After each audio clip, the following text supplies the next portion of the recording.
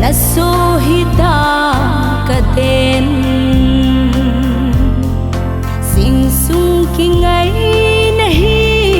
koi tan hitam he pa hul sin na lo moe ngai lung mon so pa thao tha silo zenin khen na gam lei a hi pa anga nom ta a kimu kitin ei nem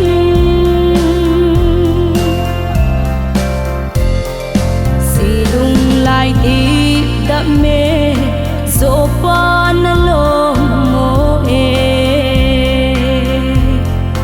sing sung lung lai anai don hi ahul mo e sen bia lam thung zo lo nei dan ha si ngu hi lungin adol mo e ka i nan lom lo me hul sin na lom mo e ngai lung mon so pa thao tha silo zenin khen na gam lei a hi pa anga nom ta a kimu kitin ei nem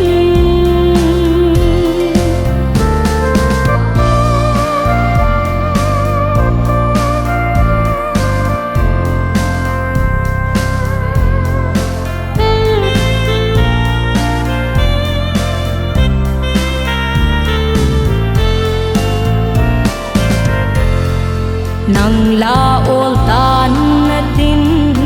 sing sung lung hel anai hul sing na lei si hi kat say ting leo he pa na mai so mon pi kamu kiti ei nem he pa ka hin ngai wi i lo lel ding lo hul sin na lo mo e ngai lung mon so pa thao tha silo zenin khen na gam lei a hi si pan thei ta dinga phát pha là phát hỏi ấy pi vạ mà Spainin patin thằng va là cần pe in tiếng là tu ni ikin gon ho kan sim la mà sangin các gã hil chit nom hat chu program hi choi lu yong im diu hin choi ho chen he yong lew na choi lu tak pa chun ikim man sa diu da ka hel thi lo diu li chen khat ve thang pi in ni pi yo sin het the na di win sim phun ting le lai các gã se be nom kit chu holin na phat kiti a hin hilanga program committee ho in agia lova alo thelo ti ta banga hung ki kwa in anoi lang sibet kinai le phat ong umin hi chi phat ong koi tawang khat tu na kin go na hung zawa holim na nei no lai chi munai ni ki hut di tiom kan het sai ne pharo zo si ipat mawin tu ni kin go ki man sa na dio phana sa ni ke man sim dong ka te lunga mil mo Reverend Pau Ngam pi ting kim le pu at kam chong loi jang lung sung do pe na kin gon amun chong hang veng cycle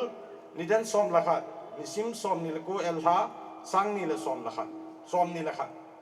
pharom to pa jang min hang sing wa choi la ho bung la na bol li hi chi mi pi ni bon cha wa phat pa ne sa khom de un tin nu a hon la pu khat la ka kwai nung la lew su pan te chỉ bảo rồi là sáng nay cái sai tiếng là phát ban là tao pastor segin phai con tao năng cái sai tiếng là lim nó chút sei ba thằng chuồn mi pa bạn kia nó xin kín thêm pu Reverend trong giam hậu kịp kín thêm pu phan hun tin dấu tiếng lệ Reverend Pau Ngam là chơi na asading Mr. Lunel kibyan kin kimalona seding evangelist pausat in sumi upa lasading zain homte jotin la holim na hung chin tin in sumi te pu te tu te chong hang veng lam kai ho FFB FBCA lam kai ho phat Churches Fellowship Cycle Hill Town chiếu tiếng là phát ong quay ông là hồ lim na nim neo phát ông cái bên tin ki pa tu say ding pa lam thang be bul ki khen na tao pa pau sat be pa hi chi chu tu ne adinga ikin gon na som lam ta ikin gon kan pun la en tin kan say bangin tu in pa ro si pat thi na divin mi pi in bon chan diung tin o bung la nam bul li vo pathin chung pen kan va zoi ti jus anas hom na pan te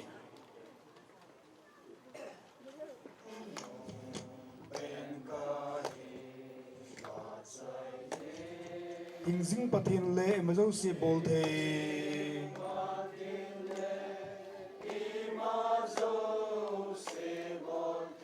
lung dong so gen thi te mi chon si te zo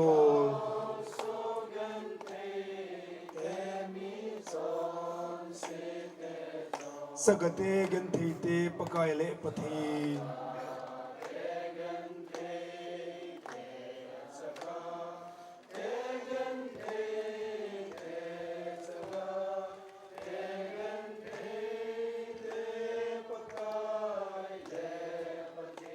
mi te tàu nó sang pathin hi zin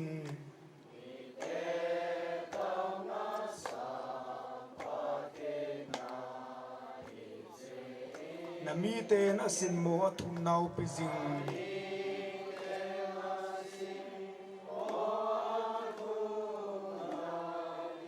na sa te ka le ham na ngai le jing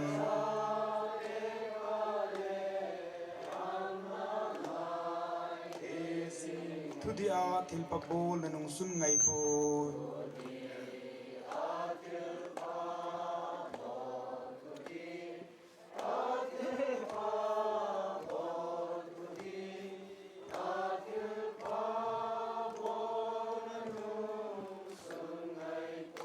It's he milile mineo hesin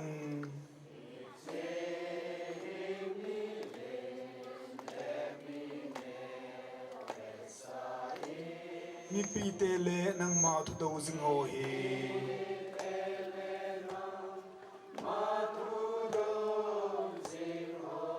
tua hu hi nga om the na ding wa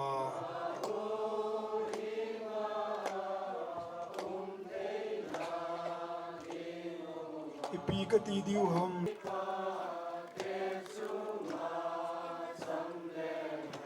hosana samin lan savin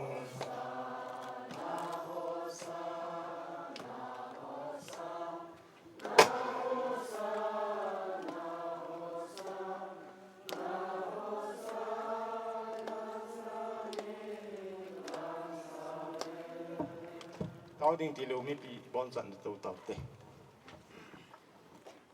pakai nang ma zala phat pha kamuwa dam na kamu ji na ko ma ki pa thu ka sin min lo pi sang tan kan thang wa ni pi jong le pakai uni ka program diu sumi nang ma lung sin na ka chan the wa ka bol ka to jong si hena lo pi na ka chai wa program jo se yong boi ni ma cham lo nang ma na zo na chan pha na lung sin na nei pui ki diu ngai cha in dam na le phat pha nei mu sa ji wa ki pa thu sin ka program sung zo si wa na pan hu ngai pakai jesu christ an min ka panin he pa na ko ma ka hu tau kin hi amen tu in i program du zoi vin lim na tu sei pa thang chun mi pa aman lim na thuan sei chai chai teng le tu na kin thim pu ri brand tong zam hau kip ama in hilang sung lang program he an man pai pai de in ong ki ling kle ki ba hilang ngun asun chan ama in pha ti dan dan in ma pui diu hin i zo zo se zong ki chai teng le aman pha nan chai teng le langa program ba ti chi ki diu tiang chu mi pio pa ma kan he sa ni ruben pu mau hungam sunga ngai lu na zala hung kalsum zadinga kilom riven pu kin thim pu ding pa hi mun gam la ta jeng jong le phat ho zo se ko sa na zala ama jong a phat cha hung thia chimuna kin na tong thei dinga na chunga ama chunga ki pa thu ka sejin ama zarin pa pa thi ka tham wa tunin zadinga kilom tagaw lam do la to khom pi pakai thacha muntin gam tina anawai kun khom pi ho aphat man sunga gen thi ha san tam ta jong gen thei na anala luwa azia cha jong don mo khom se na pakai ga ma tinga ahin ku adam sung si a anatoi le le hi na ma hi ain la ta salama qualification la chu ni ma cha het na nei pu da het lo wang sun apin dolin ama hi mi lung chang pha hin mi thaham jong a hin mi dam thei jong a hin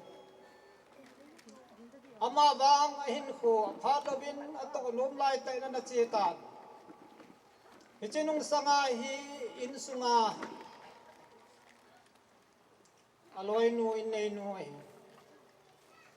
in sung mi te hin ke ho ko ne hin la iza ka ja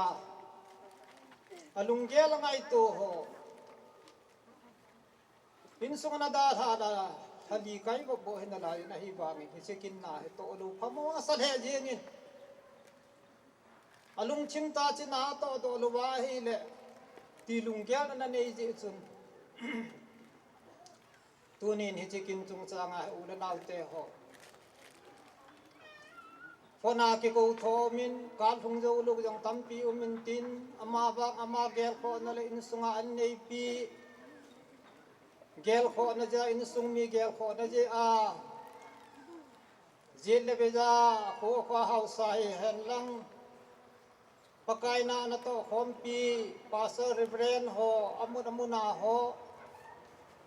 hi ngai lut na jala hung zo se na bon sa bin ka ngai lut na salam kan pi bin tunun le no te lem na thu hi je chun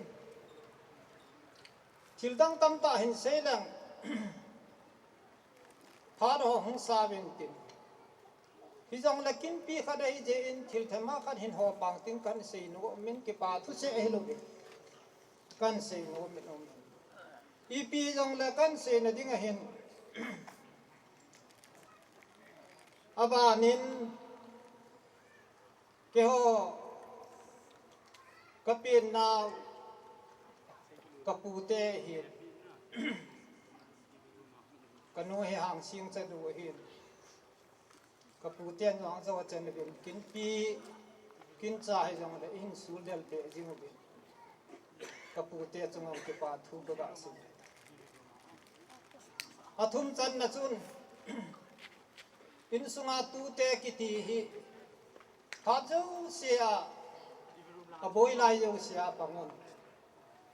tu chung in jong pan na thei chana pango be ti ka hen ama ho jo si chung yong ki pa thu ka si su teng le amuna beng lam kai ho ama ho pan hat na ja din chiri ja kai su fere na min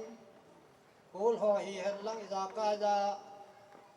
la ding choi ding ile sim ding bor ding ho ju se jong ama tom ngai ta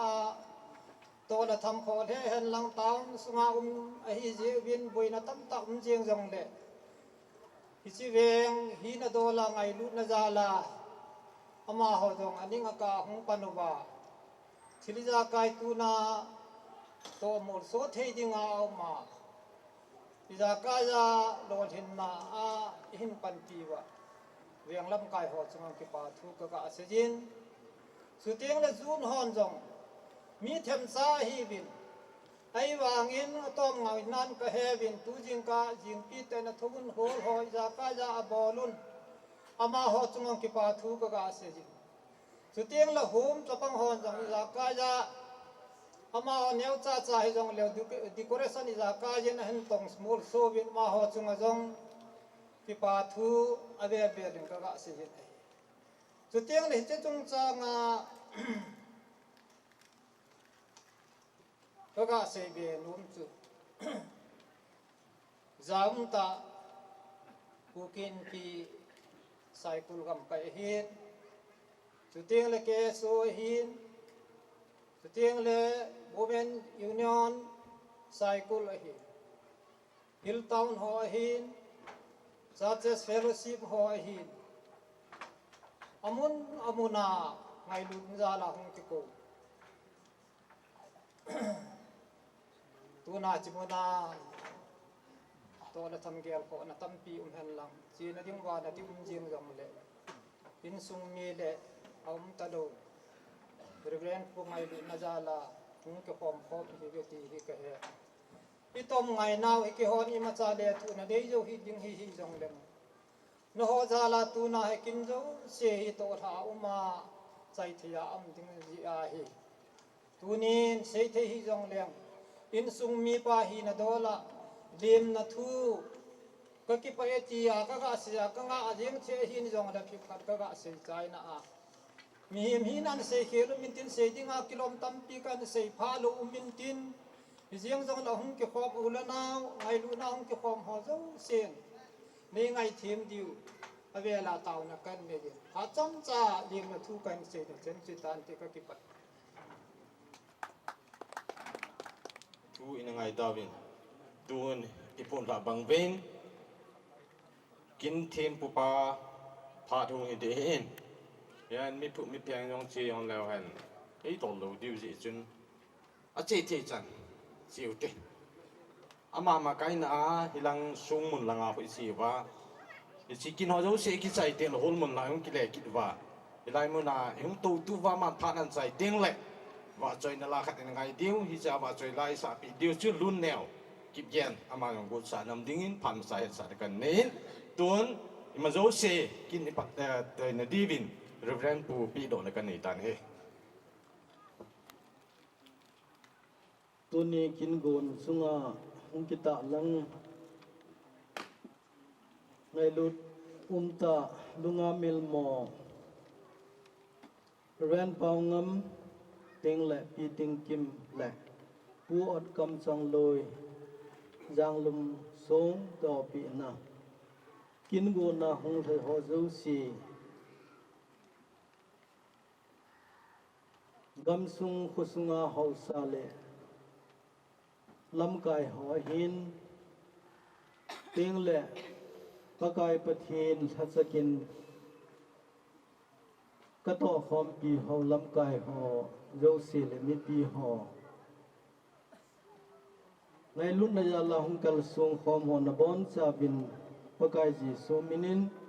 tunin kin them pu khan hi na in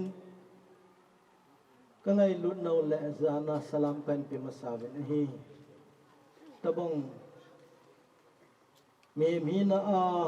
dong tup lom gel ngai tu na ho e pui longowa amun ta a e din sa pau hat sung nong i pau pathin thangwa na kan pikin na hi song mun lang program hi thakat khat tabong a hin mi pi ga tu khom mua hin hiong lệ mi pum pi chu ki tol hung ha san tin e pi le song hon do le kin na chi thama sa phu nu tin ho lam kai hi ho tu teng le ho sa ho mi nu mi pa ho a chi thei chan chu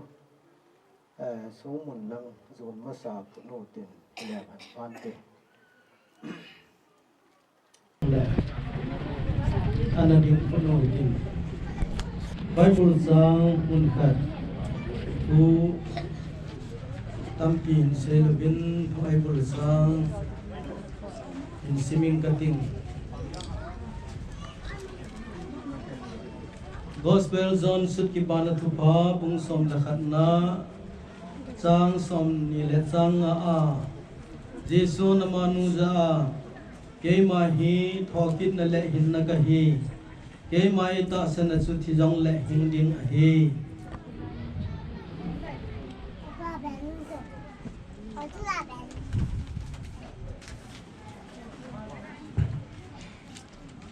mun khat hin sim be ing ka ting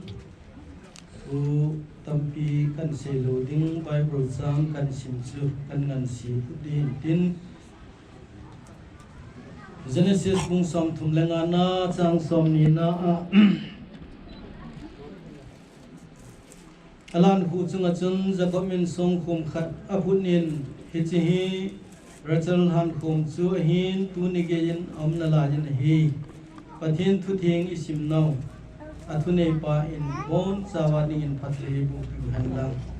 pagai Jesu amata san sa te ho hi khat bile thau kit ding he ti thu Bible la imu bin dunia a pathin hasapa le in sung mi te ho jong hi pagai na mi thing ta san ho ai ko to li ting le a nau mun cha hum thau kit ding he ti pathin thu apana imu wa tuni angai lut na hi ji sung do bi na song phunga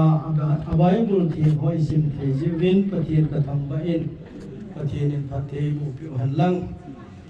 olim na dang sao ta sa hin le lovin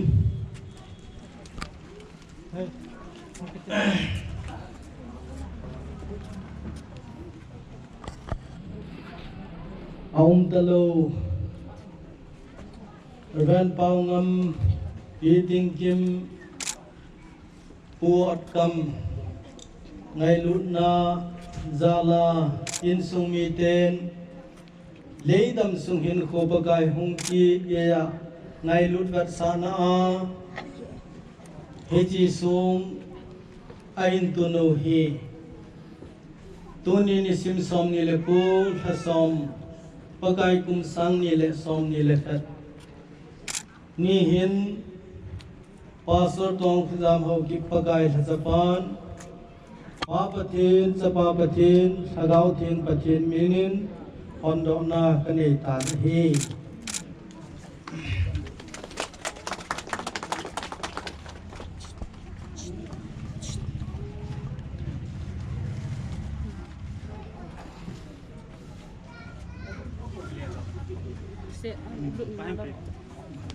Đứt rồi.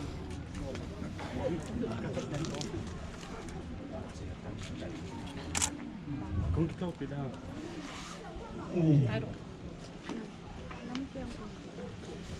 Lang sân cài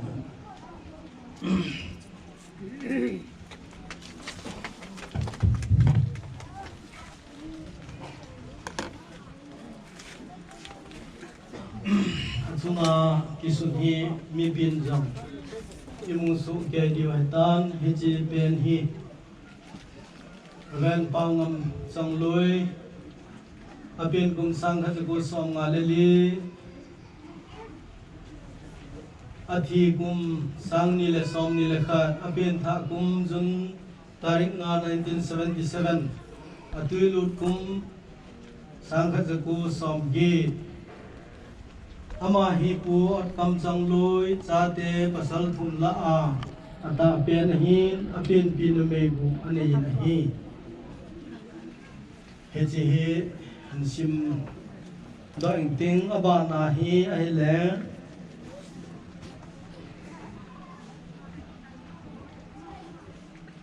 pu kam chang lui apin kum sang kha pu som ni ati kum sang ni le som le gi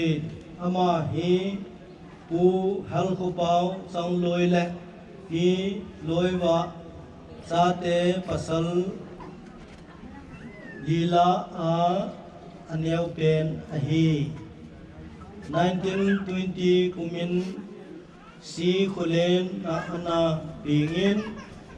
1950 kumin hi nem nei to anaki cheng nge sot pi phai kon le heng jang hobung nga pasarin ana pangin ahi February 20 2018 kumin pahinga soldudin anachi masatai atun pi insumite kinthempur ventong kham hoki nisim 29/10 2021 Friday Eji hi pau ipuwa ahi in suding le athu tamjong le tham khat ven pu ahi athu sim tabanga jong ki je jen hin siming ka te ji ka sim chai ting le tauna le thukina kan nei dik tan pi adam sunga anato do le anakimon chan ho 1970 MNF training a kachina anachin angkile nungin zeren phai lungtin na BVF kumsegi kumgit anapangin ahi 1976 kumin tingkim changloi to anaki chengin chapa khatle chanubu anahing hani 1980 kumapanin brand ordination ran bining the chin khuna anachangin ahi 1994 October in ajingai ta in anamo lim santai 1995 June gupnin ni ning khunei ki bian to hodan thengin 95 June 16 anaki cheng thonin chanu lia nei thoni 1992 to 93 98 2003 CBCF President anahi 2004 2011 Regional Council and TBC Chairman anahi 2006 Kumin Pang Mol Ziribam Gam Tai Khua Now Saga Ki Bolgan Thei Anavet Jo Lozi in Zion Orphanage Home Ministry and Napanin Gam Sumi Pi Ki Thopi Nayalin Amachal Jinge 2006 to 8 Kumsungin Sanghang Wenga Selmen Anahi 2014 FBCA Advisor Anapu Inahi Atuilut Saza Zagub Lekhat Ganti Ngagijan Saza Somgub Lebu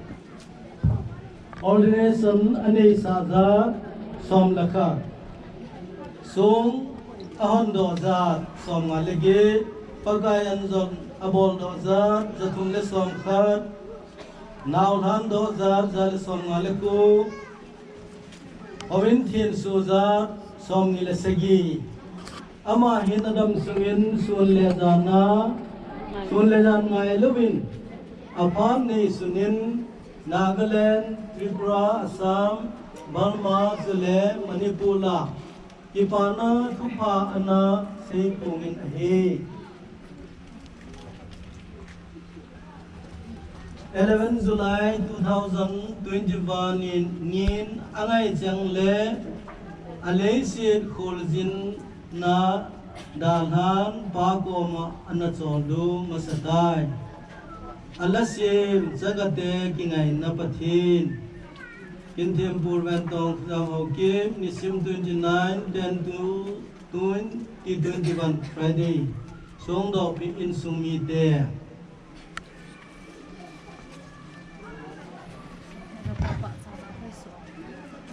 Hitan hi atu seng kisuno pensim hain din pacha japong ho hidong le pacha ikhat ba bi ding ding nong the wa hi tu pe ma hi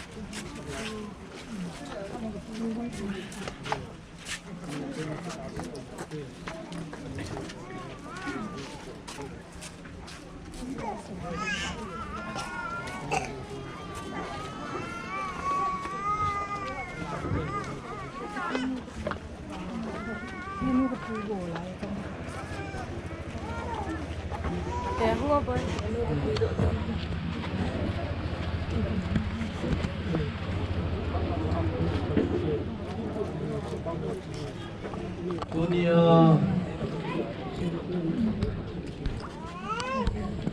ren hu bao ngâm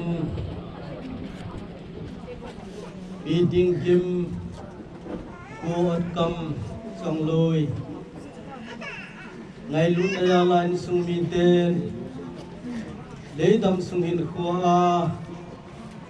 ngày lúc nào gặt sa na mong thầy lâu hi chi som ki tung hi het lowa sukha susi au mai hi le pathin ngai damin tin ahin musit le tai tom na ji hi chi som hi asusi asubel au mai le Pathini na chung thu tan ta hal tin pakai hasa ke man thuga na kain koi ta hi tau na hin nei nge pakai na thisan zala hi chon se za ten hu hin na thandam na kidang ta ka chanu pa le mi de jong leng ban mi de le ban go lo dinga thak kai ta ji un the thisan zalin na tom ki path fu sen nang ma kan thang bai na hi jiwan noi ka khol jin na ga mo hi jin ta san sa te jong achi masa achi nu kha ka hong ki thavin myang san ho na sonal hazal na mi the ri zan ham khat jong pichli sin khol jin na cho cha ya achi jo ban tonin Kalay luno na so barben po pao na mahin, iting ke mahin, puot ka mahin, ama ho sangin zang, lesil khulzin na sayo ba da thau hita zang le, ta saming gam sung ka kusala yubin, kalay luno in sung mi de na sana angay lo hong khom, na so na sa de zang le zanu ba, na minzala chi sung ho hong do Asunga thu chen ho nang ma min lo bin na ding a sim phong the a kaum ji win pakai zona nei bi zion na kom ki pa thu se nang ma kan thang vai na hi na le khabu thianga ka mu chun ta san ho jo si hichle sir khol jin na sai jong le o ni kho khat ding le pakai ban ko na sum kon again za tho ki ding kai ve ti na thua ka mu zion na min ka thang vai na hi Jesunin sumi ten jong hiche hoi amu tengo le long hal le pul do kana hasit na hilawin pagai namin lo pi ki phun do na le nagam ke na zo a dingin na so pandal ha jong le chezan children home nangin zayo na ki pat na nami te athe na tin tang pe pa pathin sun adal ha naw jaga te le in sumi ho ato ban zom ding ho Chapa gu bahin aloy nu na hasanu ahin in song mi adang ule naw hole pakai na min zala naw chaga hongai lu na ji gam sung mi piali anew apon naw le se tha sa hin dolin tha chong na ga bijong le pakai chol le nan jong le tha chol lo ba nang ma gam na to na apon ngai bang wa apon ba Eche home ministry pi hing ta jong so the na din phat the bun tin hing ka ta wen him tonya hong gyang do hi chi song jong se the mong the thil se hi jong le pagai nang in phat the boin lang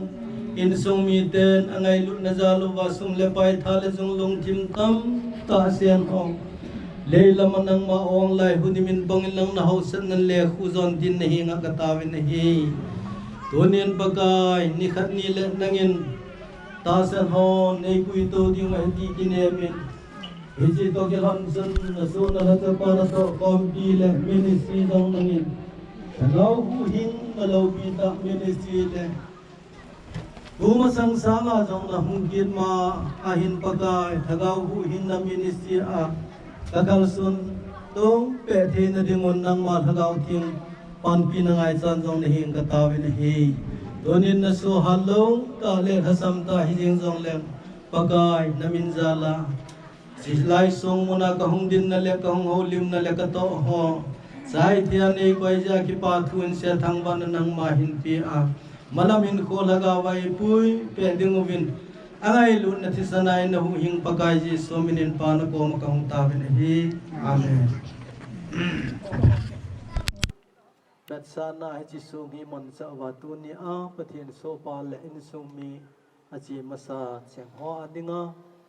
chikin na lo pi ta hi pathian mi na i to la u hin tin ni ko khan le ta san sa te ho jam hi khan khanai gil ha dingo isi so ke dingo pakai phat nei pa ama in phan te ti ting le ta san ho hi sile sir gan the na gama pa na hin ko do dingo he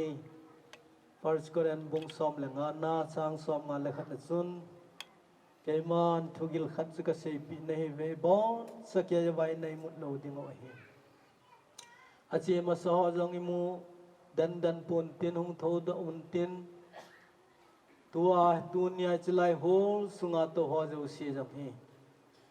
tagawa ping tha hu hin sa te ho ile ta sau sile bui le buin kile jong le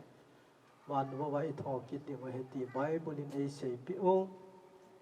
ke ho dam na lai ho changin jong inga wa hin tunin ipi le ato hom na chung sang ho jong tam ta chuka se nom min hi jong le phan hi program hyung sau de jin keman tuni a kin them pu hi na a bible sang pathian thu hin sim do le chi song hon do na kin kan ni hi ke ya hong hi jeng in tin se khel bol khel pathinin e ngai da mu hen lang pathian thui sim do le se do thu chang khat le ni te pathinin bon sawa dingin phathi ebu pi taw han hi chan sui tan te ka ki pa e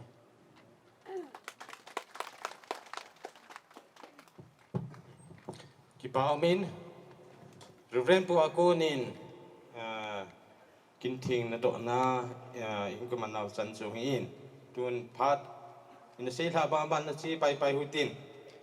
tuai wa choi la khat ingai diu hin và chơi la hi reverend pau ngam kila chơi na hin asim he le lun neu kip gian na hin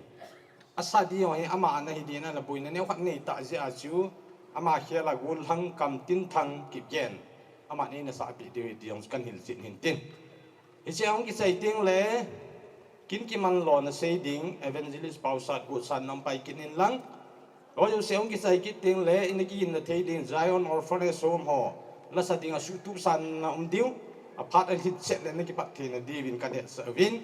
so yo se ong ki sai ting le a ban cha ho lim na hong chi pai te hi ta ji in nei te a ko na ne ning don ding hu ki sim om jong le ho lim to cha don to in a kop di hin tin ho lim na i ki pat ma sang ma cha don na taw na khat na ne hu tin i cha taw na i man pi di ju pastor pau hen ffbc ama in hi chi ting le sa taw ne na man pi lo ti chu ngan si na ngi na kan nei hi i san chu kan pun do hin tin tun i sei bak na ven reverend pau ngam kila choi na sa dingin gol hang kam tin thang phat kan pi ta tập lại đi trong ngày gì này lúc giờ lo nhận thì nó lù bận lo là âu bằng những khó khăn này đâu ham ý định à chụp phát hiện nên bắt chạy pha vai mà sủa sung lu chỉ vai mà sủa ta nghe nghe thiên thiên bộ này na sa tan hạ dâm xin su mi cái leo mày ta hết lòng là đặc biệt so rằng ta kén thế cha ga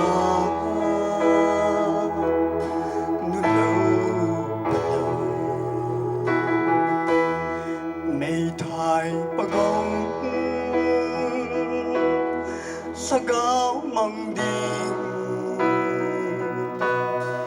ngày nát nè lệ in khô phật y theo na si mê thay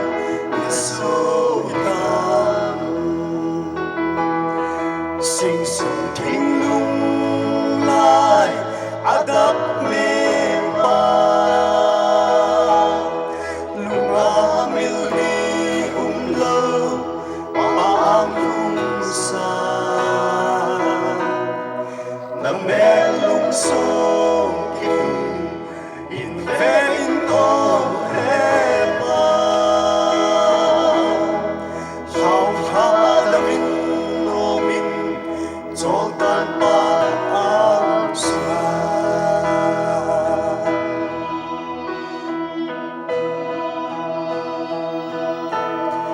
na do bang hai na da hai si su khan ho gel no na bang gặp lại bang ho si su sao hà nung hùng rèn đi in hè ba xin sung thinh lung lai adap me ba lunga mil ni lo ba am lung sa na me lung so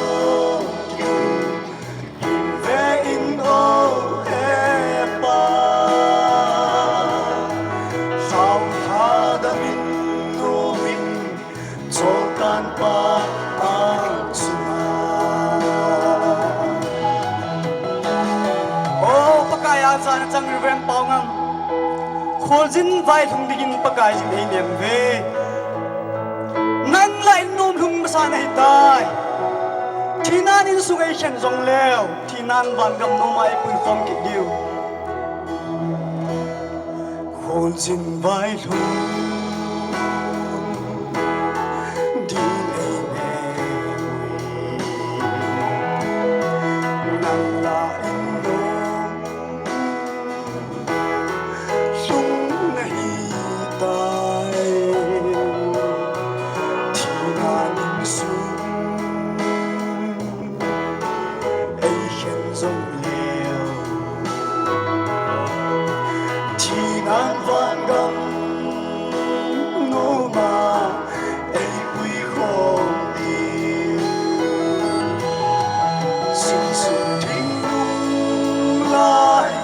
adap me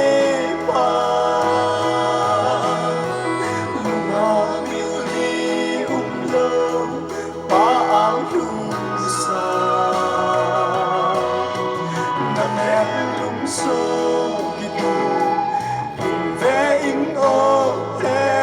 pa sao ha da min no min cho tan ba ang so gitu in ve in o he pa sao ha da min no min cho tan pa ang sunga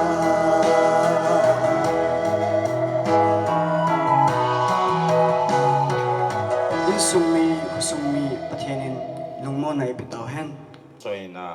an sa sai to kilonin phat aban si pai pai kidutin chun kin kiman lona sei dingin evangelist pausat phat kan pi ahung zo si nu la pau la naw ho zo si ka ngai lu naw Jesu Christa minen sipai khan bu ve chapang cha ki jong le chu in sung khana dinga upa ki ta zia chu te si ho pau jong chung ki mang mai the hin tin koi tabang zong nin za pi win lang pa te nu te te lam ho in ke ho ti mai le phai kon te in sunga he ga se dinga chu ka bui nu them khat aki se zo ai le pa ngam chu hoila kun ham pa pu ti chu the de ya chu ga pan sau je min ka ting wanga gang chela kan se de hin abana jong thebe pi khat na lai hi ji chun ke ho pu gau phatan tin pu chong lo yin chapa li ane yin li la cha thum na pa hi a hin pu lut song pu san do pu hau ching loi se hin ke ho athum na hau ching chu ka pu hau ching hin chapa li ane ki nin pu phut mun phut kip vu kip lung a hin cheng li hola chu alai thate ni na le thum na pa pu phut kip la kip vu hi a chi be tan e chun pu phut mun le pu kip lung hi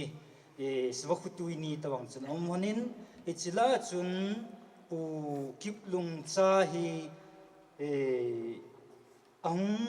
pu hau ching phung pi le kha le pu chong loi le khang gui ki su na le khabu te ni chu ka ve nei le khang som la khang khat na hi ke le pau ngam ko joseph phai ko ho sapu ke ho thum ho khang ke ho khang hi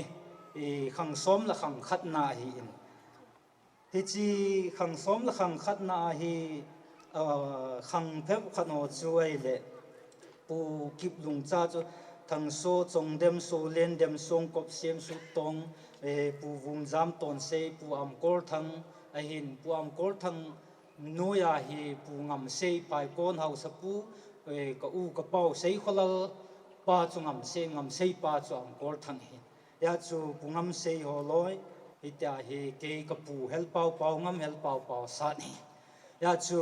ka u ka nau da ho chu ga sei lem pha chu sau ding aba jam kai tam de je chu lai tu na kin ki man lo pi pa abul bal je them khat mi pi ho ga he the da kan sei do hen akhan kholoji chu pathin zong ei pi thoi nan in ko te gang te ten gang te pau chu pathin zong he tho na lo de ham ma ti wa gang te pau an sei ji tawang dan zele tu nyang chu them khat chu ka sem tin tu nya kin kiman pi lo na kin nei pa longdam sa le anunga song hedging na song ki phu na chunga ulanau te ho in chi kin ga bo lo pi pe nau hi ama zong hi ta sa la ga wa hi ulanau ngai lu khat mi ho na na to nan sei se na la tai mo na la dem na tam zong le mi hi la nak tui pum mai pakai na ana to ai ti wang he tunin ken wang sei do no mai phai kon gam lei se dinga zo hi pan na chata la alung la tha ba na hi anei agu yong tu do pa hi ti hi ka sei do no mai chibana chu ama hin gam le nam ngai lu je jong chun kolang mulvai lu ai si ka chin ti training ding ge ya na chi in jong le manipur langa lam kai chom choi pi piam kolang abol ji uchun ahung kile do win pudem gang te lam kai na iti hin khusung hobung gamsung angai lu je hin kanu len chun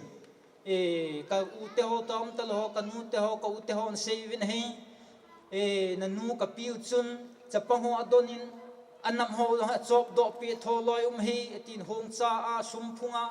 loi ling a khain balbut habut a honin ne thei ti chana pen chapang ho chu kanu len hin anadon ji hi he chu ka ve nai le ama jong hin pangmur cruset na jirbom langa hi anu no nei khanin chapang abol gen thei chavet na le chi avet zolo hi chi lai nan na ko na chi home ministry an pat do hi ya chi pakai na to na chi a vision pen hi tunin chi ministry hi an bolin chi orphan ministry hi chi chun ulnau zilwe sal lang koi ham gamsung pompi husung hobung mimal changwala ki thu pi na zala hi tu ni ge dinga tu nya hi ana to ho hi sei thi hin pathin lo pi na changen la e chun tunin ka u ki ho in sunga dinga zu ting phai kona dinga zong pastor ordination changma sa le reverend min pumasa zong hi ti jong chu ka sei do no men pastor izan ham khat an omin na chi tai izong le tua ama hi reverend b ning le chin mar in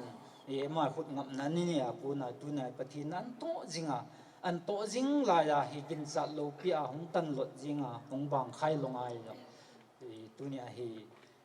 hedging na zanglum song ito wa kin hi iman piu hin he chun ama hi mi tom ngai na thu hat na pasal na khat ani na ho hi aki gelin he chun tunin la jong ana sim tan ala sim long chu imu diu hin zutu mo azong ama he tunia hi phai kona dinga khagau le ta sa a alung le tha ani ago tu do a pan la pa cha hi ti pa hi tu ni in avela ira sei do hin tin ama kin man lo pi na pen tau chu ama hi pakai nai chan ge ja hi tam han to a gun chu ta a dil su a mi li pu ma nap tui pu ma hi pakai na an to na ho thu hat na ho mi to ga ki ba jap lu na khat jong ka ga sei do ki no men chai na lang mi pham pa te ho pasal li kha committee pham khat ga tuwa a bui lai khanam ting le mi ho aga bui ting le hitil phan te ti khat sei do the na khat lung thim pathin a pi anei pa khat jong ama sakti neu khat om pa jong ka ga sei do no me ya chu bui na la khana zong ga to the ti ting la hiti lo le thei pon ti tia jang pena ga adin pi thei ga sei thei khat jong chei e chun ama hi akumin upalong le pin dola chu ke ko ma sating se hin kin lalmin len pai kon ko pau sapu ko ma ka sen ama hin ko pau hau chiang bul pi pa pu pau tin lal pu sei khulin ama ko ma se hi chi chu ka sei no kai hin tin I pen lang zong le tunia hi bilepu kinai tulesa kinai guilaba kinai pin namom na kinai ja chu khan kholoji ti ham ai lo le kham gui thu sim neu cha abulabal them khat chu ga sei do ding a kho ja chu kin zong chi kin ibo lo na pen tau pakai na ato na jesu krista ngai lu na zala pan ala na ho pakai na ato na ho hi chan ge ja pakai a tinga pan ala na ho hi tunia hi ki sei le chu pha so ta lu de ja chu chom chakhat na ga sei ding a lom tam ta to ho bol ho sei ding tam ta chu sung chungam ki jin chu ting le minister pa an phum do tan cholang chu chu tan tin tunia hi chan ni pakai na anato anangai lu na le pakai jesu krista angai lu je a sangkat ko som sigi le sigi jun la a july a kurset pa reverend khup chin thang sim te in kurset hong bola cha pin tha na ne ya ta san zo tuilu na di e ti ting le in khutheng man de jesu krista ong ki de ti ta san nai che doctrine principle chi pi na pa ja ai dunia he chila ya he le nau te hom anato na hoi pakai je sumina lengam na to na ito hom pi ji wa hi ulna ho zo situnga hin ka ki pa ve ti hi ke anau pa au pa in mi lo se te dinga ka khan kho them khat to kan sei than din sei ling lal tam tam sei no na lai jong le I chanin din sei khil sei wam na pathin je ngai damin tin pathin thu di opa pathin bona din phat thebo pe tan ka ki pa chan tan ti kin kiman lo na ngai ta bin tun in a sale ma bangwin la sadingin Zion orphanage home te ki ko da bin lang nikigin na la chu hung satalo chu phanti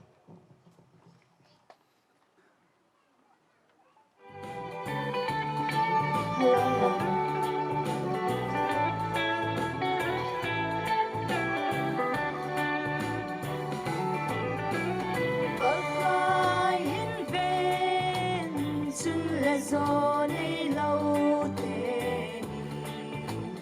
lung đân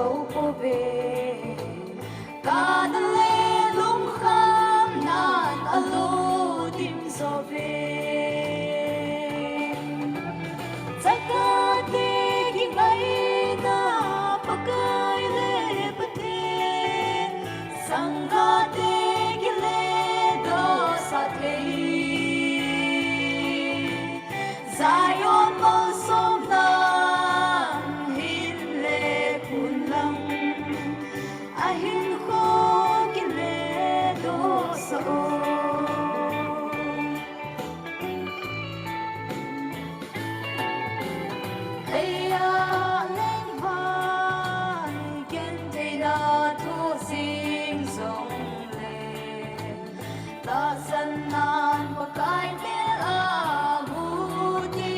ule ki panan lo din ta binti sugam do matsu Zion kupi apa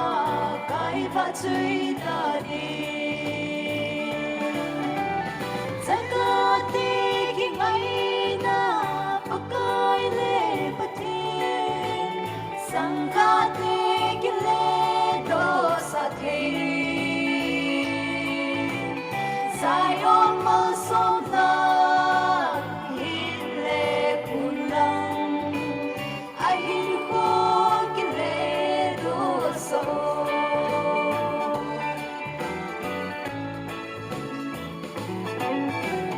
Zion kopia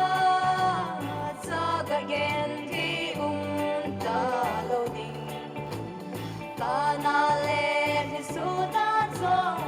untaloni nau zagagi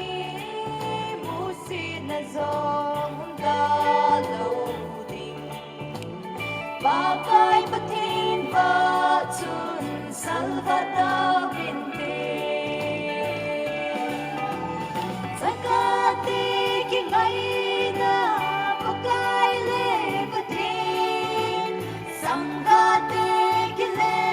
do sa thi Zion mal som nan hin le pulang Ahin ko ki le do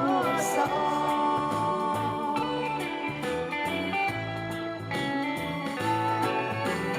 Zion bagay na putakun masom na Don din may luhil sangka te chung ahi Na masom na hinle ku inlang Don son bagay ko malumong ta binte Zakati ki ngai na pakai le patin Sangati ki le do sa thi Zion mal som nan hin le kunang Ahin ko ki le do sa Zakati ki ngai na pakai le patin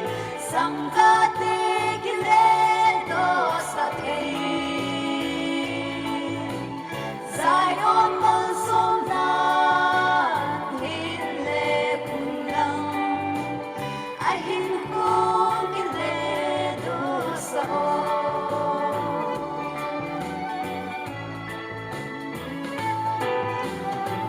Long pinapat ko dyan din.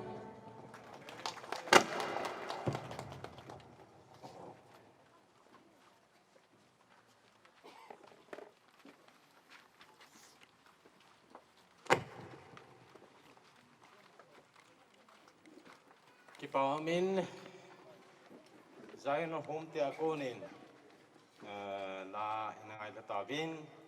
tun phat ba na chal kit diu hin chi hi holim na phat hung chi pandai ta zin pa na bana hung ki tol te in ama sepe na holim ding choi le in sung mi te teng la pu te tu te ti chu aban ban ku san nam jing vin lang ting le in sung mi ten phat an la ting le ama ho na gel wa bol ting a kilom am kha yong le ai je ma phan han bol sai pai du yong kan he sa vin he chuin tin ti zo si ma sang chun holim na to sa don ai ko diu zi chun in sung langa tha cha ho gun tu san vin lang sa don en taw na khat neu tin taw na ki sai ting le holim na jo ba nai na pat diu sa don te in ko pai di chu kan sei do kin in tin don kan sei ma bangin sa don na diu taw nei man pi divin FFBC pasur pa en la taw na yung ni pi le ki pam ti le cha ding alom pa pathin cha pa pathin ka gau thing pathin e pa ka len na wan noi khul din na gam gau sat na sap sin na gam thi na gam nat na sat ki se na gam hi zong le pakai tu ni ki ti ni khu phata na cha ten dam ta ka mu zon ki pa thu sein na min lo pi ka thang wa hi ai den tu ni hi pakai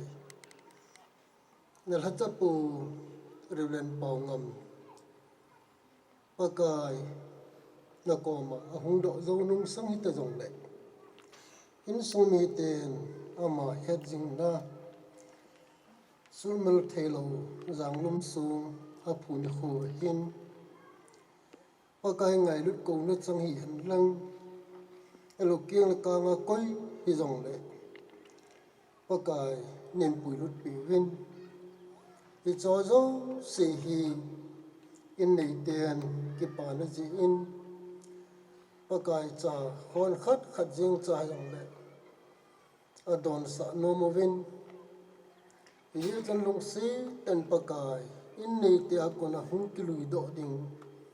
chati hi adon zo sin dang no na ani wa ta sale thagawa ki panle adam pina divin pakai mi hi min khuna to kha tham hi zin a thing lo zong le ni su thing pe wa adon zo sa dinga phathi bu dingin pa to chapa ta gau thing min thing ta panin na khut thinga kan hlan la na hi holim ding ho zo siong din pile mong cha dingin ka don ding kon wa thang wa ta thu a ki pa thu sia thi sana thi me chano hat chung no pakai nazet jesu mena ka thu be hi amen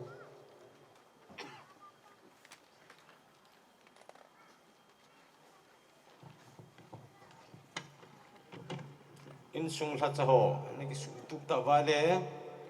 ne ding don ding gon zong le in hom hom tau ting an se ma wangin tu ai ho lim na ma sa pe na tingin in sung mi te ne ki go tu ta va le hilang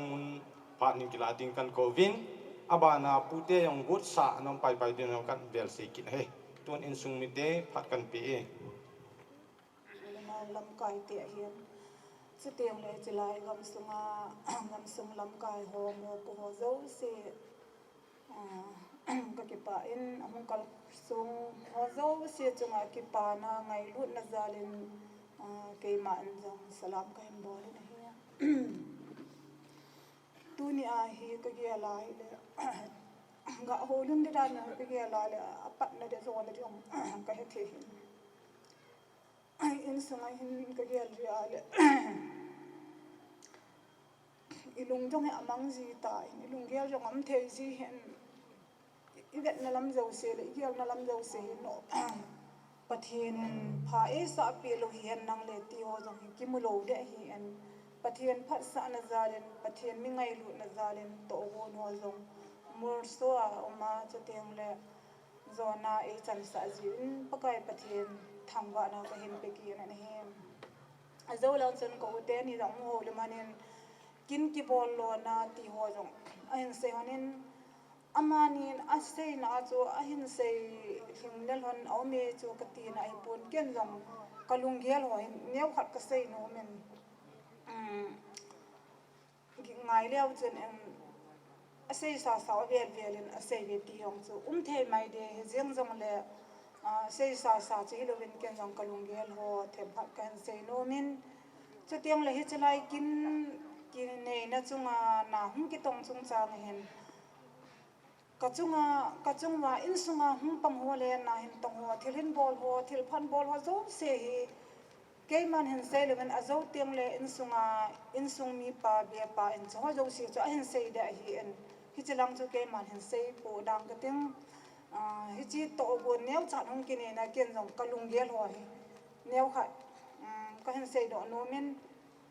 hi chi ka hen se no me ka ti pen na cho ke hin ka ne ki alen in sunga hi chi pathian na ana to a gam thang thing thang ana kala gen the he so na tho ba loi go ho to che teng le mun tina lhagau hu hing na thu ji le lhagau mang thai te ngai lu na zala ki bol he so na ho zong che teng le thu sei na mu na ko na long ati kai la na ho long che thil tam ta na min hi cho ho zo sen zo na ba tu kum ga ke le tu kum chan ge ya na che na hin ka ge la hi le adam la ja jan ka na se je na he pathian na hin to na chu kum som ni le kum nga a hi lo le kum som thum ti ho som thum la nga ti ho chu ahung bu to lai chun ke hin silver jubilee to ba nga som han he tun pe ding achunga chu ki pa thu sei ding chu teng le iji hi jong le til ho ding ki pa thu sei ding ti kana ge alin ka se za hi le ama hen hi chu aki bol ngal ngal la hi le ka khuna mel se bol ho dan thenga ki cheng se rong ko ding an kong sim ding atila asana hung sam ki ji teng la chun chu kananga che ji tawam tan an boi ki jin hi ti a zo anaki umma ai le phano hung che le hi chi lunggel ngai to pa yong cho aniki tong do zo ta po in ahung thi a in da ha jo ba chun ka kisi in ai wang ka kisi wang ki ma cha ka bol thei pon ka ki tham kha na zo se yong na ka ki sa in he chi anaki bol do lo pa kana pon na the azengin I piong la ahin pe adam pe na zo khat be aki pa na be zo bol do pe te ke ding alung thai na khat be bol do pe ding ama zong ei ki thi zong le ama thi zong le a thi ro yo yong zo lung mo nga thi ding ti kana ge ya hi en te se ho en sa hi tu le ngal chang atu me ti a tho ji chun chi kana bol do zo ngan ta po en ele chi phamo kana sa in zan ka I mu na kaluk ji tem zong le hi chi thu ho yang so ka gel jing ji I kilo le hi chi ki bol do dam ti so kana kalungan ka gelin pathian ko ma taw na to tho in hi te chon zan teng le I mu lo lo ben kana ji nei le pathian en rong ka chunga na an tongin pathian ha na zalin ei pan pe le ki tho ki pathian mi tam ta ei na pe en hi chu ho zala chu mi hong pan na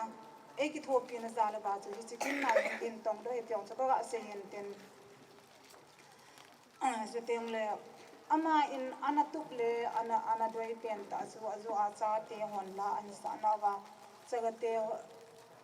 ti ala ana sem hi chi an sim lo na a lo le chi an bol lo na he chapang ki bol gen thei te ni jeribom langa an mu a hi chena hi an to hi an ama hin ase za ho lu mi ja chun ata le se na again the jo sanu he azau teng le chaga again the ho chun gen le se gen the ni ji chun pathian han sumul han lang ahin ho chu hung lam vai kha hen lang zo teng le hi ti chun pathian na hu hing ne lo ben hung thi kha hen nang le le se chunga ga ki te la lo la gam ga ma ki te le hi chi ho hu hing ne lo wa athi kha thil phalo wa ache kha di jo lam kai ho tam ta pathian anga thi mo ki chang de he ti ho yong cha se jen ke yong pathian mo di a hi kamu kiam ko ba ka vet kiam ko ba ka bol lo so ka thiam mo di a hi ti pa hi age alen hi chi hom me se ana panin ai wangin ke hi kana nom hi en hi chi chapang sin di mong chu da nong kana da thei po ngap jong ka ngap cha po en hi chi wang chu ke yong chu kana nup le hi jong le aman na an to jeng si a chu ane ki zu hi en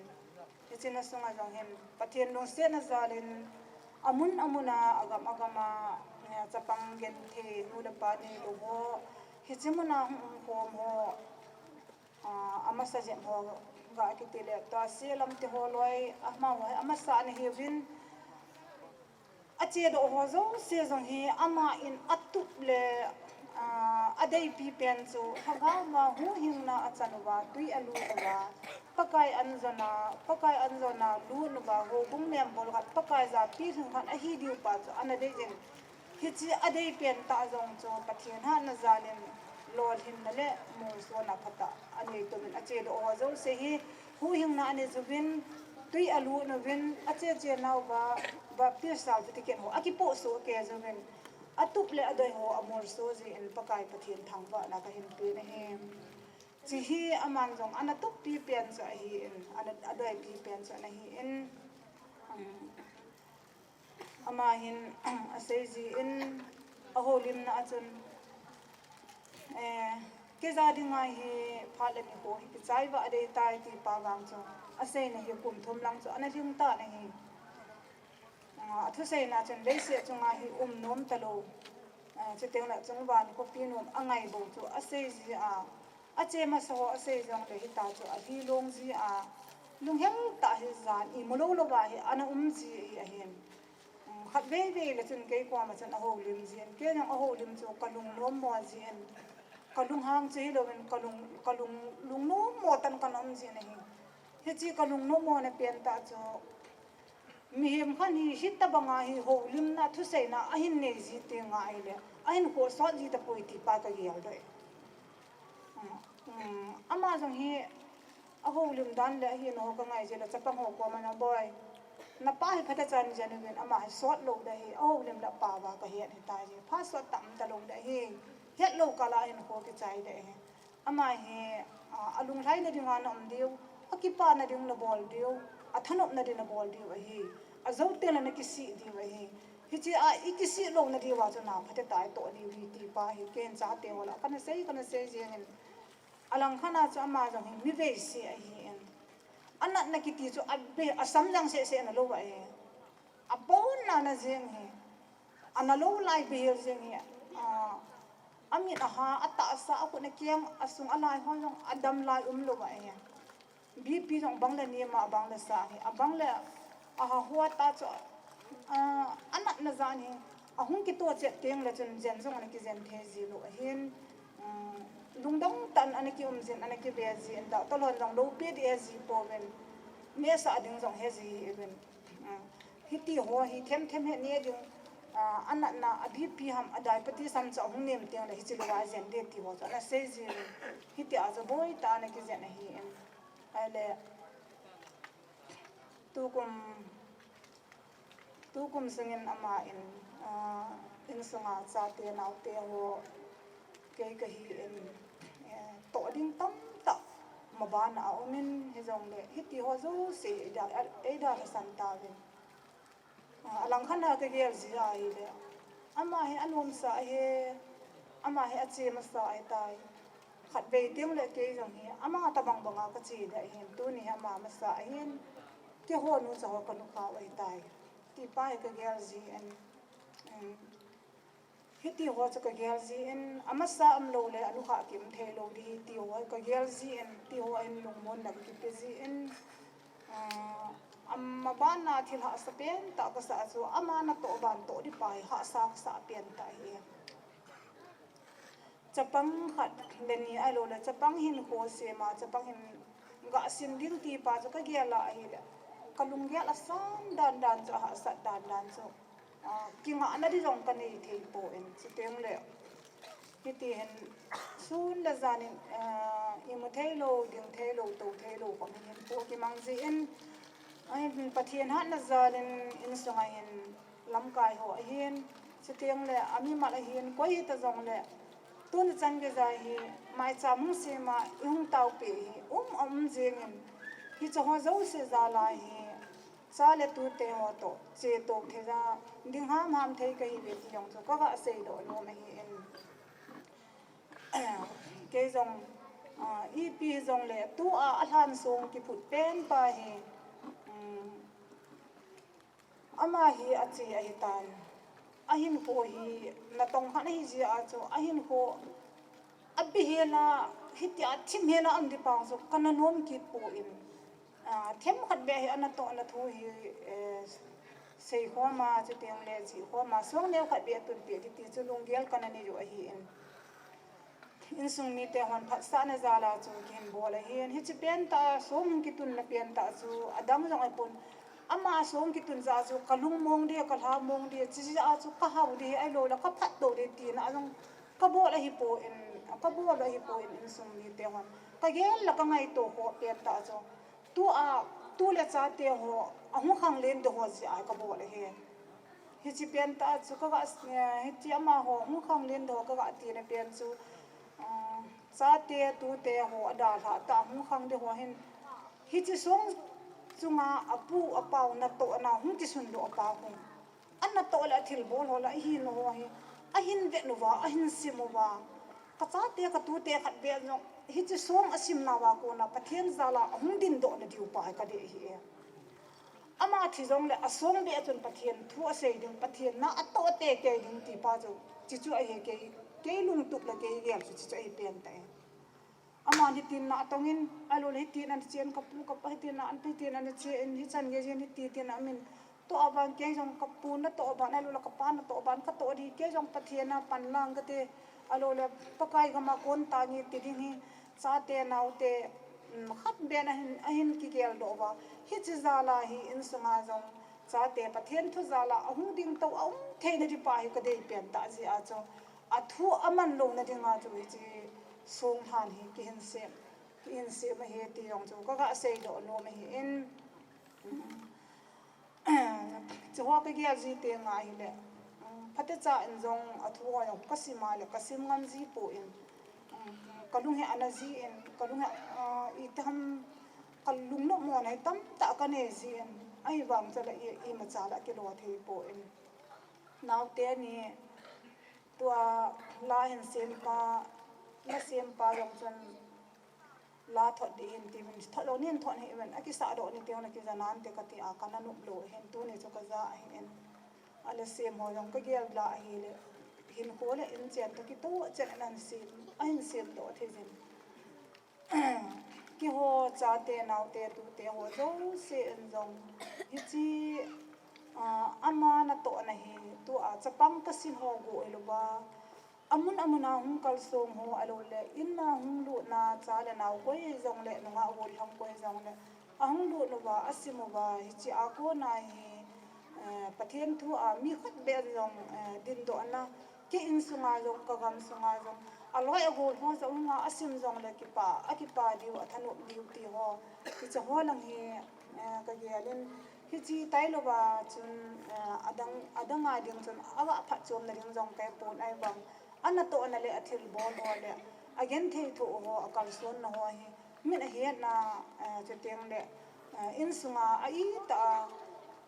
cha te nau te hon an ji wa an ji pi diu pa hi ka dei sa pi pe na e che so leo cha he ken se ma hen ama se tu se ding iti ki na ai jong le kha te ni chu ki da na he ki lo he je chun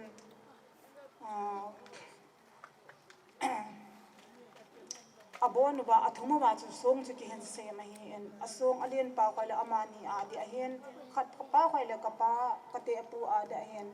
abona ku song khana ji dinga ka bol ba da song na dol lo pha na ko ka te pu a pa ko chu ma kana bol ki na hi en mi in sunga mi pa kha chu ki da la the hi lo ji a chu abon ba ki hen sim ko hi en alang khan in ong ki hom ho hin gel leo chun sumla pa jong hoi za Allah hi ti ha se ma hoi za I pi amu am ti jong nei gel thei mai diu hin ke za ko ni jong I ma cha pu do ni jong I ma cha am pon pathian ha na za la ama ngai lu na za la in sung ngai lu na za la chu hi chi hi hum ki sem do na hum ki tung do a hi e ti jong chu ka ga se to a hin tin che teng le ama ei da tha a chu Bible sang kalunga hungin le kasim do masat ken ta chu gospel zon bung som le ni chang som le gi kana sim do masat na pen ta sa na hi en hi chi thu long chu koi ri ka ti wa la so na dol lo zen ka koi ta po min hi chi chu kana chi pi en a hian hi ti ho hung chi ai le he the lo min sei the lo min in sunga sapang tel a kana boi pi la kana yen the pi pa pen ana na sa na jong ka boi ju tiang le thu le la jong ka boi pi ju tiang le thu le la nga hi la jong kana boi pi na ama yo ana na hu ko se jen ma ni na ma e na da la ki na wa hi le so ka gi la le ka za jong cha in ju tiang le mila wa am di jong chu ka da the po en ke hen ikin diu hi nga taw te bol da taw te ti kana se e ta ka ki hom zo se jong chikin he ki bon lo de ta ye ti se jo ten pastor pa chu ko tin ta na man sa tin ti chon ngaji mo ti kana se ai wangin nu la pa te ho hin ko hin in sung mi te ho hin I pidi nga ji ki ngadam in masanga kin khanum chu bol te he hi chi ama chu aboi di tho tho hi jong le na su boi sanga tu ni ai ta mi na ki pa zo de pathian na thang ba de ti chu nu te ho an jong ka ko ma se je na hi le lang khan na ke le di jong ka sa in hi ti hen tu ka la ke ja ding hin zoom nengen tabang hi akito in chuteng le za cha nengen a hi lo le thaset nengen a hi lo le imi na ko jin nengen akito hi chawon ji in kadum jong hi thei po lunggel jong ka nei thei po in ka ho lim ding dol ka sei ding dol ho jong ka ki pa na thu ho jong ka sei thei po in hi jeng jong le tu ni ko a mi nu mi pa chuteng le lam kai ho lam ka langa a hin chuteng le ko lang kang po pi langa ho hi en lang hilang ho lang nga ho hi en kopi bong la ko le en amuna en za ho fana ka sei ai lo le le kha ka thot ti ho lo ong kal song so ke zin pa ki pa ne zingin tu ni a mi pi te ho nei ngai lu no ba cha teng le nei ki tho pi ba nei pan pi wa thu le la taw na ho hi lo ba to le tham thil isa ka zan hung ki tho pi ba ngai lu na za la hung kal so ne hi chi ta ngai lu na ne lung se na le ko to na ai lo le pakai a nga ki ho chapang ho a hin ke in sunga ka cha te ho a hi in kabon chawa hi chi ngai lu na pa hi mang lo ba hi chi lung se na pa hi mang lo ba pha la ni tinin nam na chewa taw nan jong nin gel do jong lim ti so ka ga se yo em to ni po en ka sei bangin ka lung gel jong am thei po in mi pi la ki pa ta thanom ta ho lum ti nga cho kana ki wo na le thil ai lo lo nin to kha pha chun ke yong ka lung amang ta en to ni en ka ki pa na jong a hi na ding do len ka sei do thei pon chu teng le kala se na ka lung hem na ka pu do no ho jong he a hi na ding do len ka sei do thei po en jong le angai dan no ho ala dan no the kiu hi mai jen ten hi chi en nei pa en ke jong ngai lu en che tiang le ken jong ama lu han na di I ma cha neu kha cha jong ka da bol do pon ama jong ka chunga lu han na ding jong am po in a chunga ta ka bol khela ka bol si na ka ki si e a thu ka ngai lo na ka ki si ti na di jong I ma cha ka he pon ama ni ta e na bol jong ka lu ha nge ka lu anu moi ti na di jong I ma cha ka he poi azo akan sei ka lung no mo na pen chu adam pe na chunga ki pa thu ka na sei thei lo pa je he sei jong lang ka bol ka sei bang chu song chu na tung ran teng ki pa thu na se jin teng ana til ho te lang ka lung mong sel da hen tu hen I pi se jong lang ama na za lo da hi ta za chu ama phat no long ka sei nom te en che te le ama yin na ho le da na ho jong sei jong lang ama na za ta lo da hi ji a chu ama lang thu chu sei talwa ni pi te hong ki khom ho chunga hi ka ki pa na le chu teng le na wa ni hong bel ba ngai lu na nei ta mi zan hong kal son pi na he nei lung se na he pathian en nang ho to ki ho ki ka hi ei zo ma pe jong hen ti chu ka ga se em ka hin se na la se dinga kilom lo jong ka sei kha min tin chu teng le sei dinga phata ta yo kan sei lo jong men tin ka sei thing le lo zo se jong a thing in lau tin ka sei di lo ai lo le a hoi lo a phalo ka sei kha ma hi yong le mi pi te ho zo se ne ngai da mo min ti zo ja na cha bong ho li min tin na bon sa zo se chunga ka ki pa e ti zo kan sei e kin them pa hung pan pi ka pu ama jong he athi na jong bu jang tong hen tu ni jong gari an kila sum tam ta su manga I sum mi te to hung kal so ma hen I je so ngai lu na za la thil neu khat ga pe de ka ti wa hi en chong je so chicken jo ga bolin ka ti apun en jo ba Ren Tong Khuzam Hauki Chairman FBCA ka I ta u ka pau ren le pau ngam chong loi he jing na zanglum sung do pi na kina kin thim po ani hung pan pi u ki pa ve san le he jing na din ti chi ki pa til pi hi ka hin pi ve ain pi ning bem chong loi le in sung mi te 29 10 2021 ichi jala ile ka upai na hong sia ile nangin insung mi te thu pi si le de them chakat na se lo le the lo din tan hong se le ke yong upai om lo ko hong ding ka he tu ni jong ina pada jing ka ma ta punggu punga le ke tabanga hong ki pan ding tia hong ki pan win ten hilaya pada ile kilometer hi zakhat tabang hi na veta ichi ile ina pada ka chanu to ka tu te ho to abon chaki ai gari ko hung to luin ten hilai program lam na dia ko hung ule lampi ai le ka tu te ho hi alo so be sen ten gari hi gang teng jon ki to thei ket lo all cha hung ki to len ten hilai ai pung som le khat le minute som ni to banga ko hung lun hui cho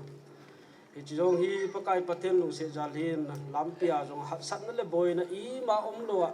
hilai ko hung lun thei jal jong hin pakai pathen ka thang wa na hi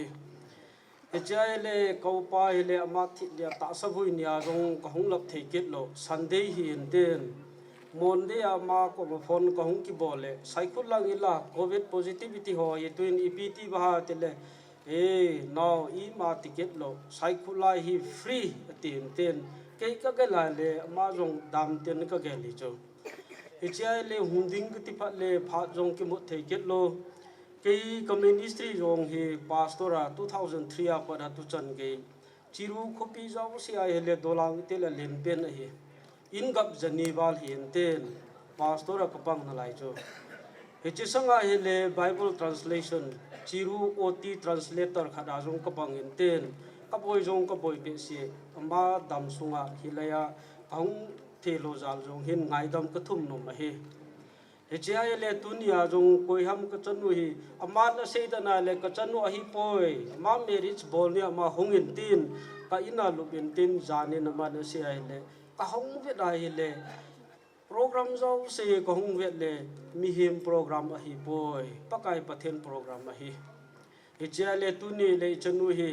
ekat cycle mi hi poi dolanga na ina pada nangin phatan senop ka bolin tin marriage bol da dia hi ichala ma se danai le nang khut da abon chike ya kana pe tai tin ten ichale jani so jong so haptani hita chu chanuen pa ai the le changat pha jong hi ke pa programming ke hong jo lo le the lo di ten hong sia le khok boy in monday apara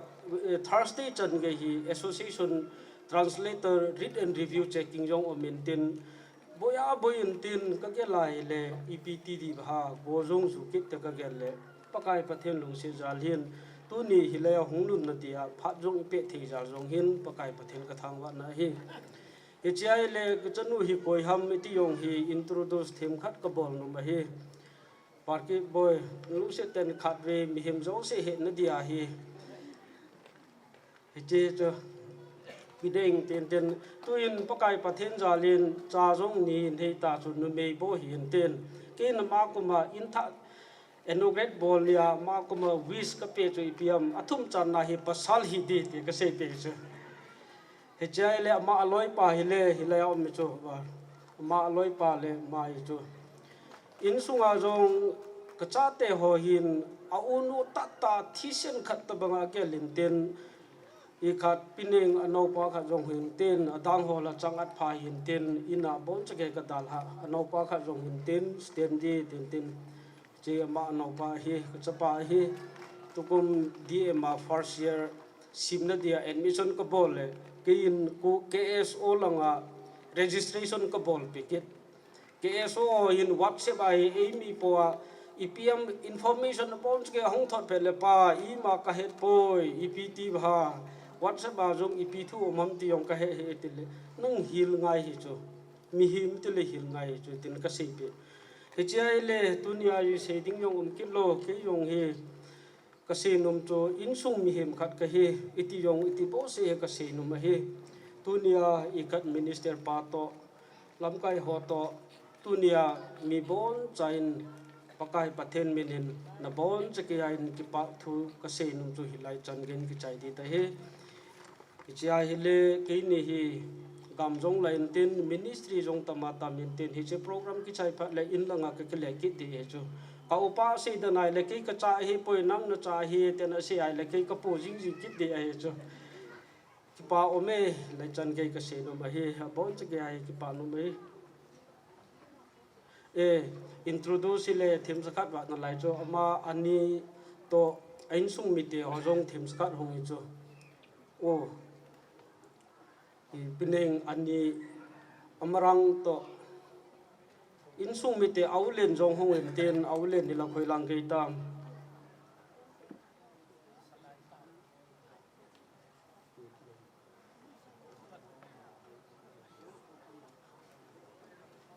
ma ho jong hin presentation theme sakat abol no mai chai le presentation jong hi bol na de kha sa hi tun aban na chi pai kidutin holim dingin pute holim dingin kan kovin chiban joma dingin pute ni ko pai dingin kan sa kidwin he tun pute phat kan pi kai thil mana ma hen mong chapang cha hen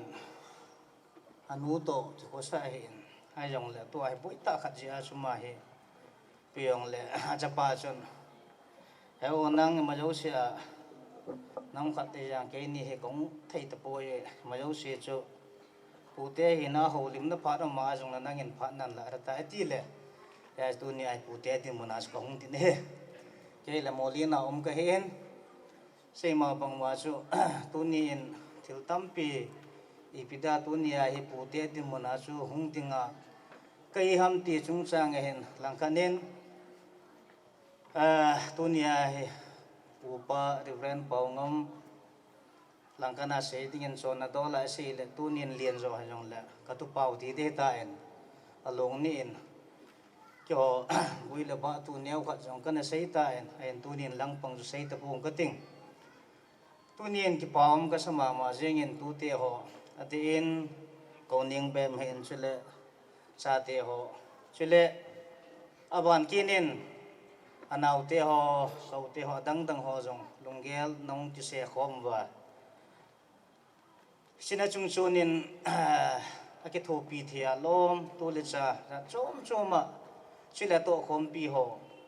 ki thu ha na wala tunia hi insunga hi tu te insunga thaki ta sa pu ren pawngam ama janglum sung do na kin go ne na ho hi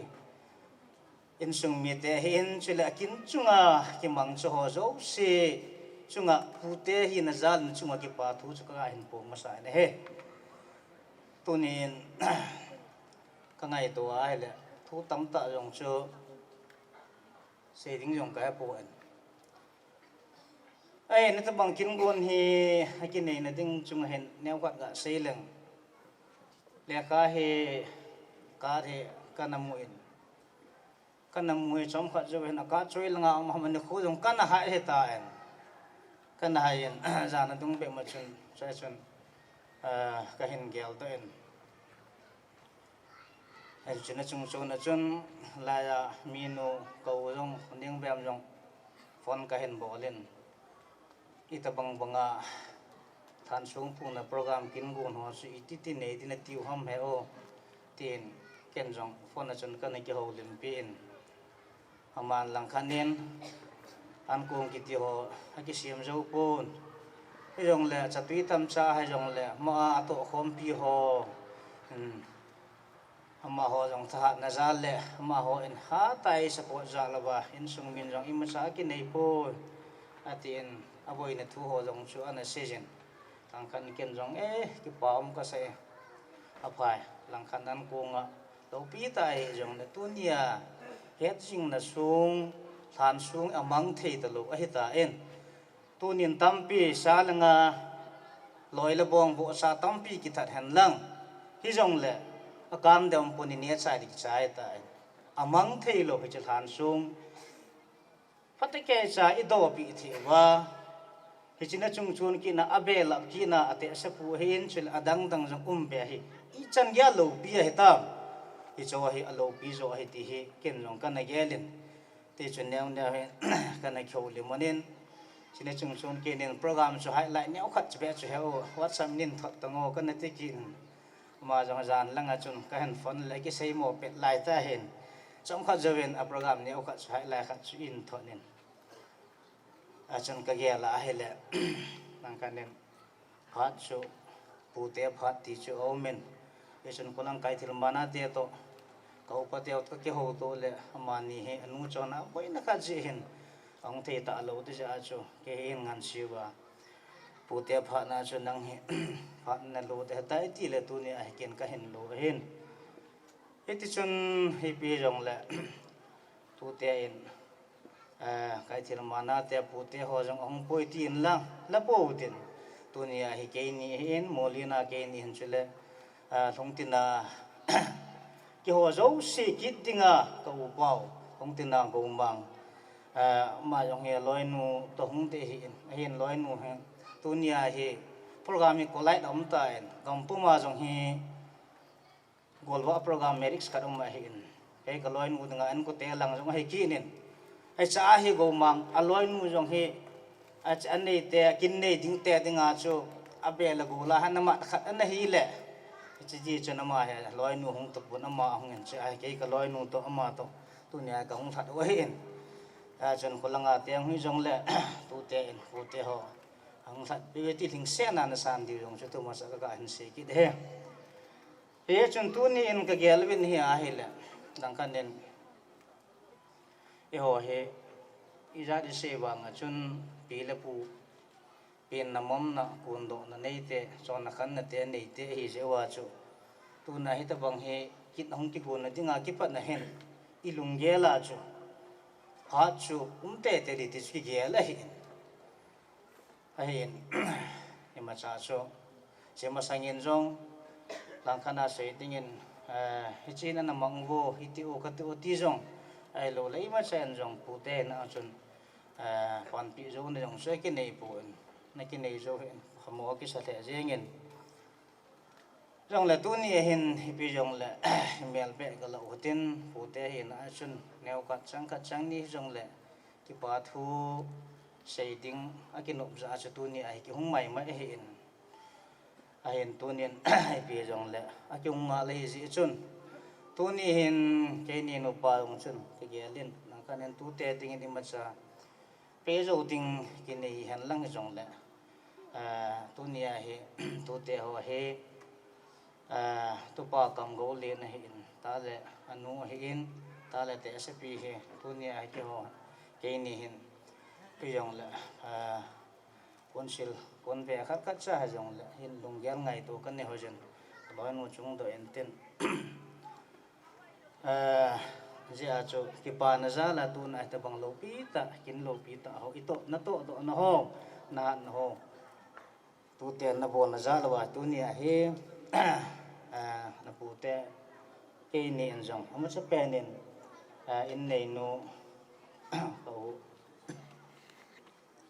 tu tia sa tia mòn sa tắm pi tắm này viên cái chân mẹ hôn là thêm buồn là thêm upon là thấy tiếng đồ ta còn là thấy tiếng sử dụng gel này ta sử mà nên ăn ngày tu hơn hơn cho nên sai này kia là chân tu nhẹ hơn hippie giống là cái pa na za là hiện cái ngày tu ai là chỉ có bon na ban hơn là chun tu tia ho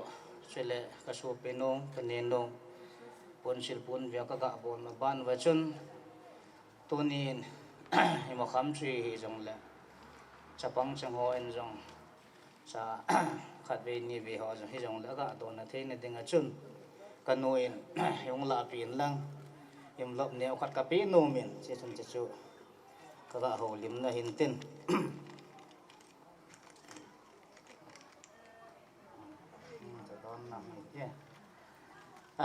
đang cả sáng ngà ham bôi tắm tay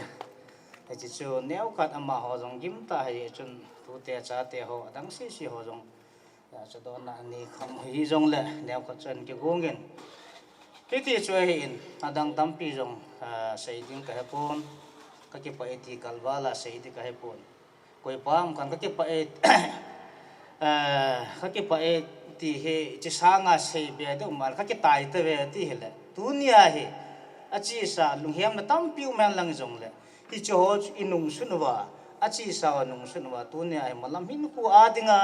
patike cha ka uhin acha te hin asupi te chang pon chike ba hitabang kin lo pita gon na dinga hilong pum pum jong le hilong lo ki sa kha pe tum tuna hitabang kin gon hin de do ho ka ki pa be se zo wa chu tu ne ai pu te na ke ni jong tampi ko lang program ko lai hen lang jong le kan ni non ka ki hop theo ni ai bang tu ne ai lo the lo hen ka chu gol wa hin tu ne ai tu te ki ni ti ja chu kho ta a he kan mu pa na kong hon hen ya chun tu ni en tampi ki se hen lang jong le se khirum khan tin tu le khunung ting jong le tu te cha te ho jong dam the vin tin pa thinin kau hen chu le so pite chang ho in chu le cha te ho chu le orphanage ho hin on chi ke ja pathin pathe bo hen ti chu pu te hin khan a sai na ka an se ki pa e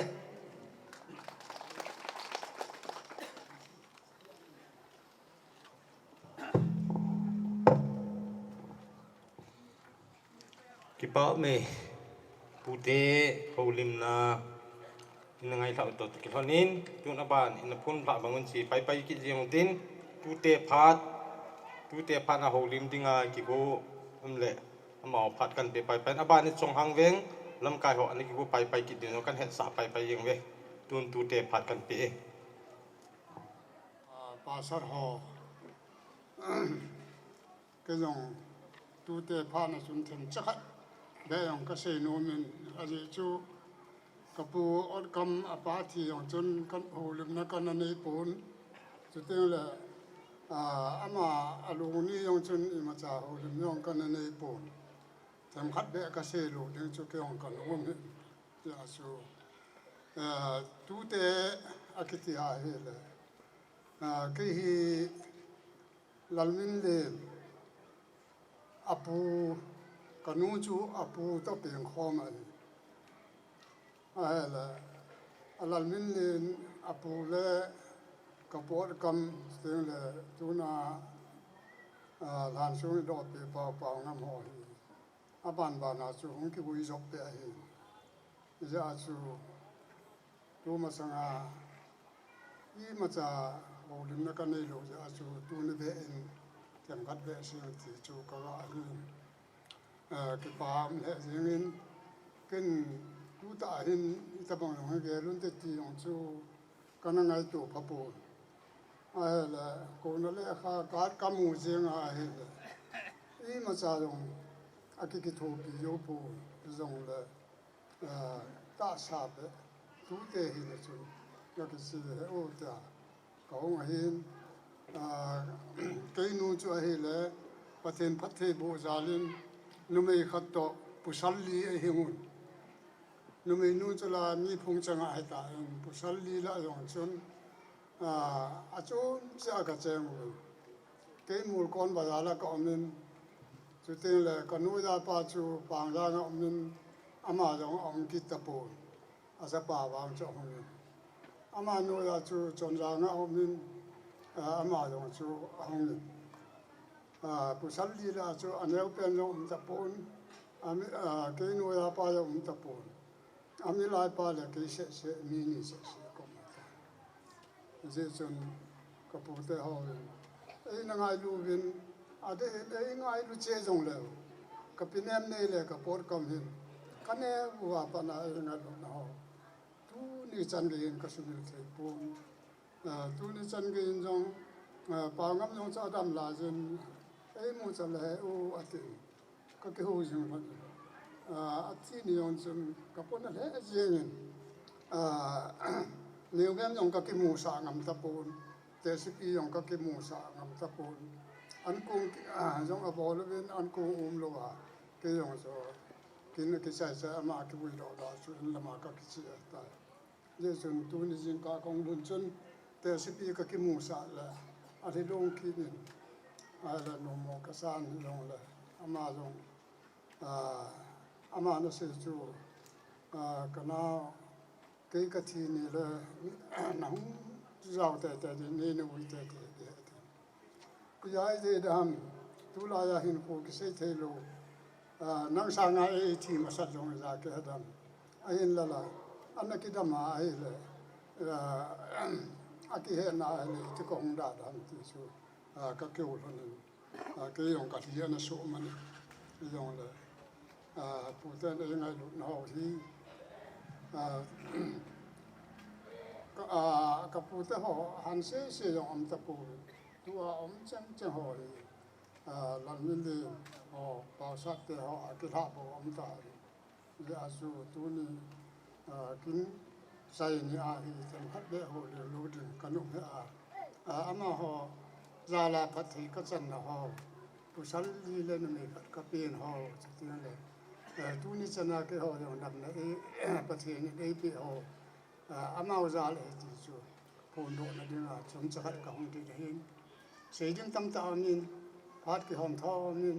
kam sei bo ka tin ti chan chu ko dum na ta ho ka ki pa e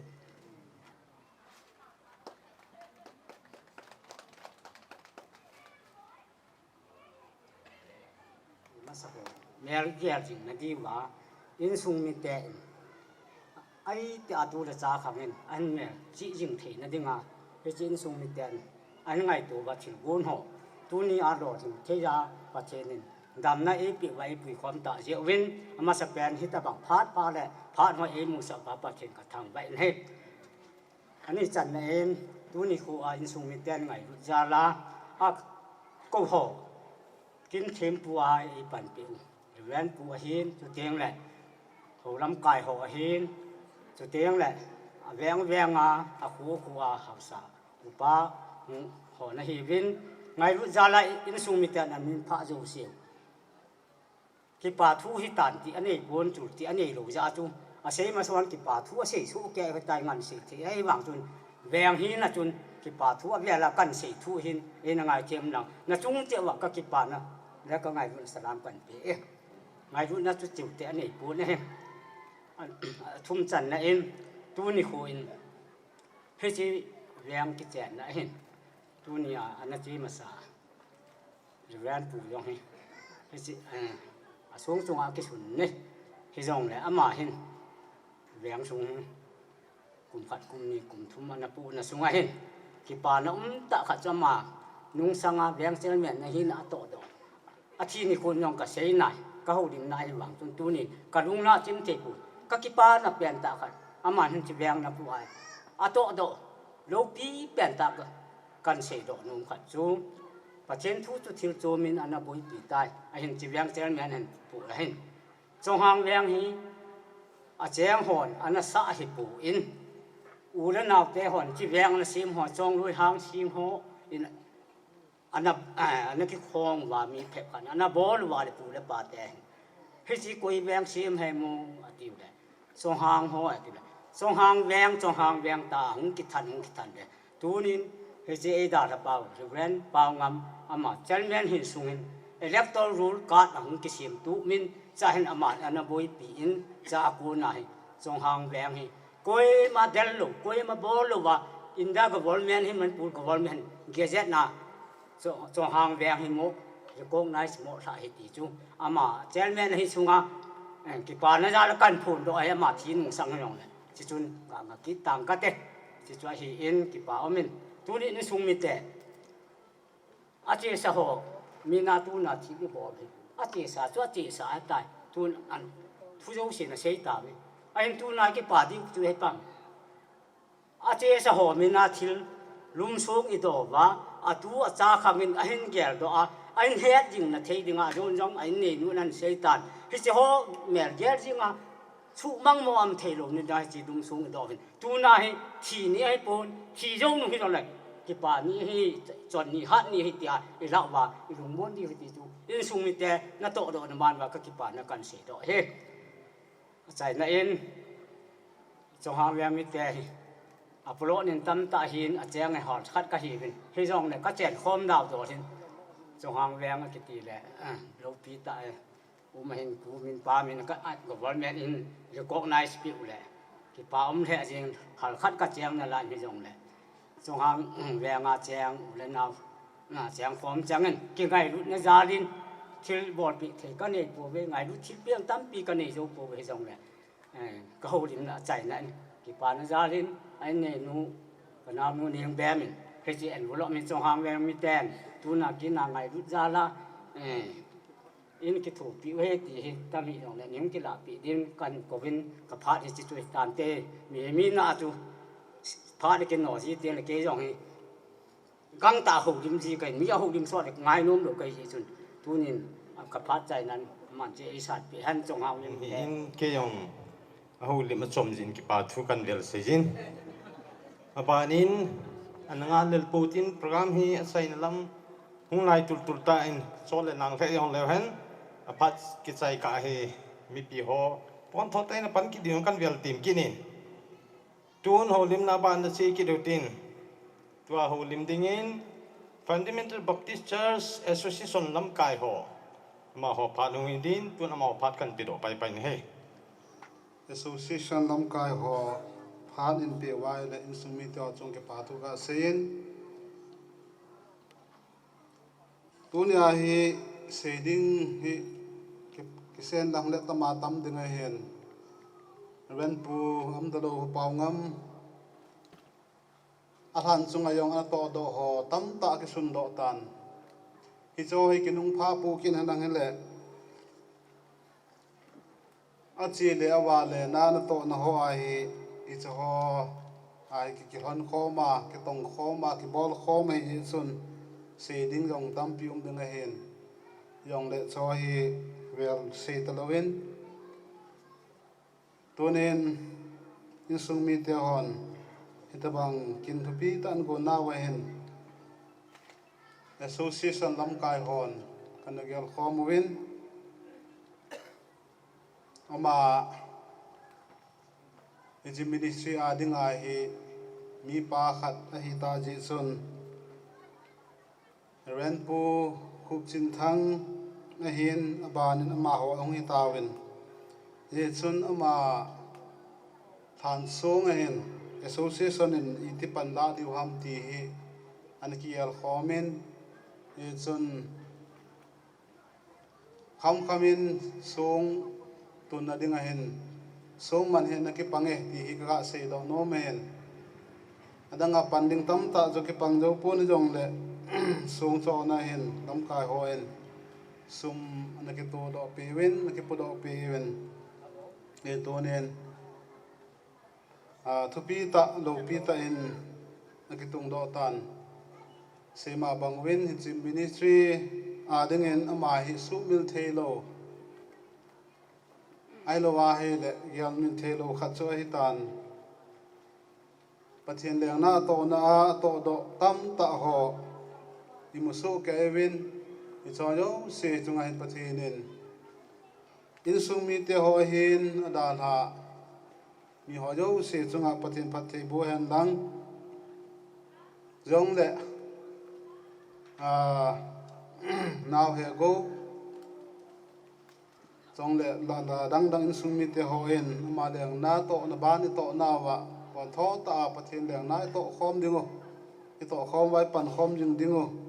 eti pai a chaina ka se do no men se bang win se ding ki tian lang le chi le wa le na pathin le na ki to na hen ama hi chairman kum tam ta na pu hen ama pu sung si si ayong hi secretary executive secretary na ana ki tong ki nin ama hai nungin jong ki pu tu pe na la yen ye son pathin leng na to na I chan ge ya gen the thua I chan ge ya he pan la ham ti pa he ki se da tam ta chu se dum ding ji sun yon ki se ta po ten pathin in sung da tha ho jo si chung pathi bu hen lang pathin leng na pon tho ta I to zom jing diu he ti pa he chai na pe na ka se tan tin association mi na ka se bang chun sung mana an ki pan na su si sonin ka pan naw le ka han pan la naw chi tan te ti chu ka se do nom ji a chu naw kha kong din do ki nin ten phan in pi naw chu ki pa tu ka sen lam ka ha yo se chu ki pa tu ka sen chan chu pha chom cha ka ho lim nai tan te se khi ma le pa kai mi ngai da mu te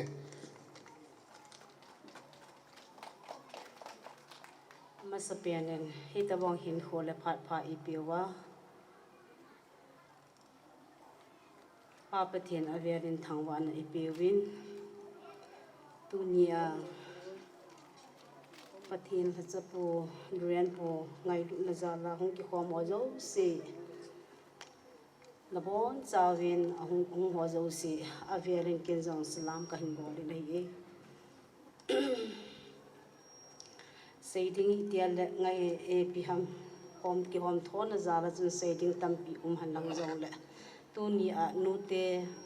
ama in ahin to na ba khai noya nute ho in zong esusana nute ho zo se thal hanga yong ngai lu na zala ke hon zong thil hi lunghiam na ipi hanlang zong le het pi na le a hi lo wa le tuni a hi san ge ya lunghiam na tu ma sanga ma ba na dinga zong hisun ge hi to zo na hin nei the na wa zong lunghem na chung chu na yong ke pa na a hi in hi a hin nu te ho in zong ima chabol pi the na be chu ima chang chu ka nei po in zong le hom cha hi han zong nong le tu ni adinga hin bol the ting dang am lo wa hi chi hi neu cha khat envelope hi chi hi o ren pi en i hung la pi le ke pa min te chu ke ho pha sai lam kai ho ko na women lang hin ting le association lam kai ko na ho lim na ngai nào san chu nei sa ki tau tin tun ram ban chi kin utin tun ho lum ding in churches fellowship cycle hill town ma ho in phat hum la pi pai den kan ko ve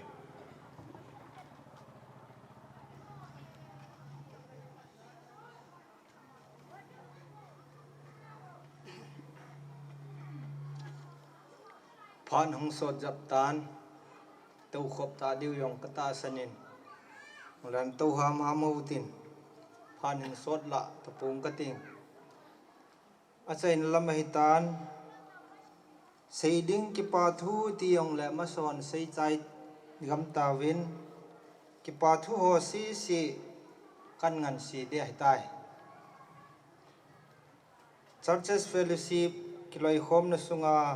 Reverend Pau Ngamyong he Churches Fellowship ngai luta le tom panta mi khana he an thi ni chun fellowship min silaya he akin ho boarding an ki ti le custom nei te hi je chun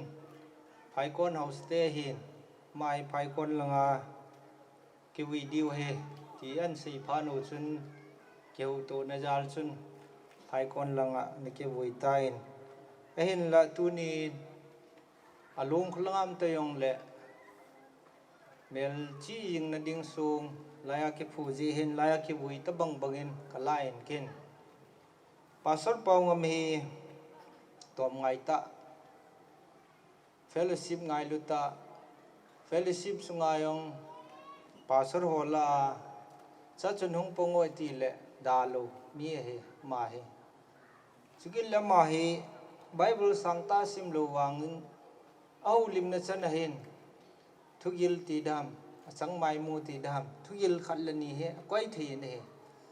pasal tampin choi bol thei be se pon lang ro na ta su sei le ki chai jing hi ama hin su ti loin ho lim na khana hin mi angai ho dinga phachum khat be ni be ti hi akoi te jin ka he ne he chun ma he om thom le jingin fellowship sungayong ama lo hi fellowship lam kai hon yong kana pun le win kapon anu to kilonin akin chu lai mun an ki bol thei ta pon he jong le wai la na hin athi ni yong sun fellowship min alunga chun tauna na ki mangin sa ko na pu do di yong chun fellowship min na ki vai la in ama hin pathin lengam na ato na sunga hin ke yel dan le ke mu dan hin mi sei ngam lo pathin zala mi pho ngam dan in kamoi ama hi mi a chon ding do la chon lo a sei ding do la sei lo om le pathin zala cho pho ngam jing ai chat chat sei hin fellowship jong akimang the jing in sung mi hin piang sung mi hin jong มันเกี่ยวฮิโลวินเฟลชิปจงอากิมังเลจิงอินเฮสุกินเลเวียงสุงาดิงากะกะปาจัดกะกะกวยนุมจงเวียงอาเฮมาฮีทุละนะทีดามมาสลบรินตบังานกินดีเยจูเวียงเนวชันฮีอุปาตัมปูนทุละอันดิ่งตัมปูนมาฮีทุพาเสียดิ่งเห็นนังฮิปทุเสียดิ่งยองเล่มาฮีมาคอนซานฮีมาอิดไวส์เนกิลจีฮีตัวหินเวียงดิ่งเห็นจงกระทบมาเอาเทจิงเวนChurches Fellowship เกี่ยวกับเราวินเวียงดิ่งหินสกิลเล่ไซเคิลปุ่มปีอาซาเตหอโฮมอาซิมยองฮีทบมาอมเทจิงอินอามาอินโฮมไงลุดเล่สปงไงลุดถ้าเราอาซิมดานฮีไซเคิลโฮมาเห็นมิเฮาตั้มปีอมเมฮิตบังอาสปงถ้าเรามังไทยดิ่งหอมันดิ่งเล่ถ้าเราlama lam hil the pasal tampi yong itabang pojo ding am pune e chun hom ma bol yong e ken kana support le jingen kana ki pa pi le jingen ama zal yong hin chi chong hang weng neu khan hi USA ho yong ni ve thom vi lang hong tan ama ho hong chan yong le ke hi e ko te jin lim na thu po we sei sa jin itia chu hom jong hikin ki thopi chana ki thopi dinga ka khiu hon hi tu ayong hi social welfare la government head pi na recognize hi daldi ka ti hon lai ta hen ama hen ai dal ta win social welfare la sapang ho ading hi nang ai lowai le ho ma phat chum ding yong tam pi hi hi choyong hi ki yong na sa ta ki thopi dinga chu kaw ma hinมันพัดจมลูกอาไอดาลาอุเล่เกี่ยงฮีอามาอิติกิโทปีดามติจูอัมเทตะปอยตัวไอโฮมยองฮีกอลเมนเฮนินมันลังโฮมขัดจันดิงจัดจูไซคุลโฮมสปังหอยองฮีจังเละตีเกยเดฮีมันดังอาโฮมกิบอลโฮวอลเมนจงนัสลากิโทปีโฮกัมโมอินไอโชจันกีลายหูมีกิทูปีสาเทียงจันเกยจูบอลปีหูดิ้งก็เฮ็ดทีนจันเละก็พาปีนเทนที่จันเกยจู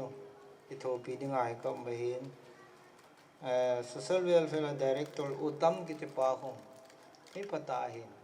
นี่วิทุมบิคิวหันไอตายเลขาสะทาดิเสเสเหวานตานเลขาให้กระถามันหันตะปูนเกี่ยงกระปุนเลจิงนะเฮये चुन churches fellowship मिना प्रोग्राम इन पिउले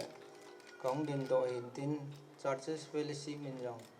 ये मचा पी दिकने पोविन churches fellowship के हो नहीं है ले लम काय हो हिन प्रेजेंटेशन की ती मचा बॉल थे लोडिंग बॉल लोडिंग ती खत दान खत कोई विन ये चुन फेलोशिप मिनेन मचा यों अकी की थोपी थे पोन जोंग ले दुनिया फेलोशिप काजाव हे केव जंग कपू न नाव केव लवा का के थोपी नाव हिमाई ता हन ती चो समलम ता कौलिम ना सन सुतान के पई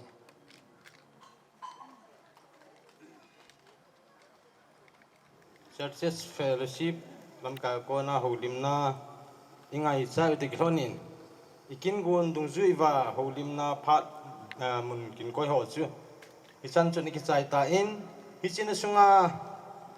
kin gun na hung min chung ho asu felum le lai bon chawa isu bulit the jebin holim ho zo si chung avelin ki pathu kan sei kinin ting la chai na lamin koi tabang khat tuni akin gun na hung panga holim dinga ki gong im kha wa de holim na phat ong chom chan ha ki do tin all in holim dinga ki gong le hung holim pan tau te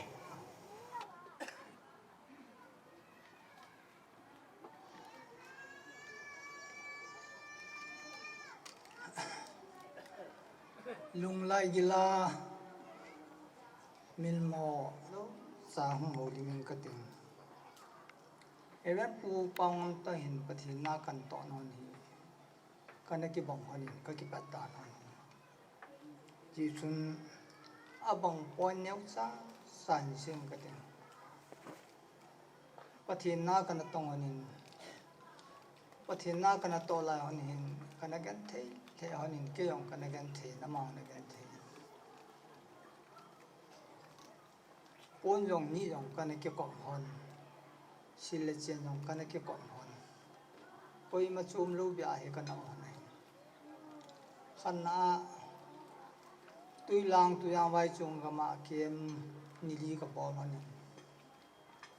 lam ri kha ki silin chi ta te atin ri kha ki silin ka chi hon endol pian tu extra kan ni hon lo le kilo me again thon ji chu nang sung hong tu bin mi hong le nang tu sat den so ta la ken to bol ka ki met ban sal den ke sung ka to na ma chu ki si yo le bin ama sung a to ki nin ke tui la so ka ki di lut ki nin ka ki bin la sa nu cha yong le ka ki si lo tan e chu ka ki bop non la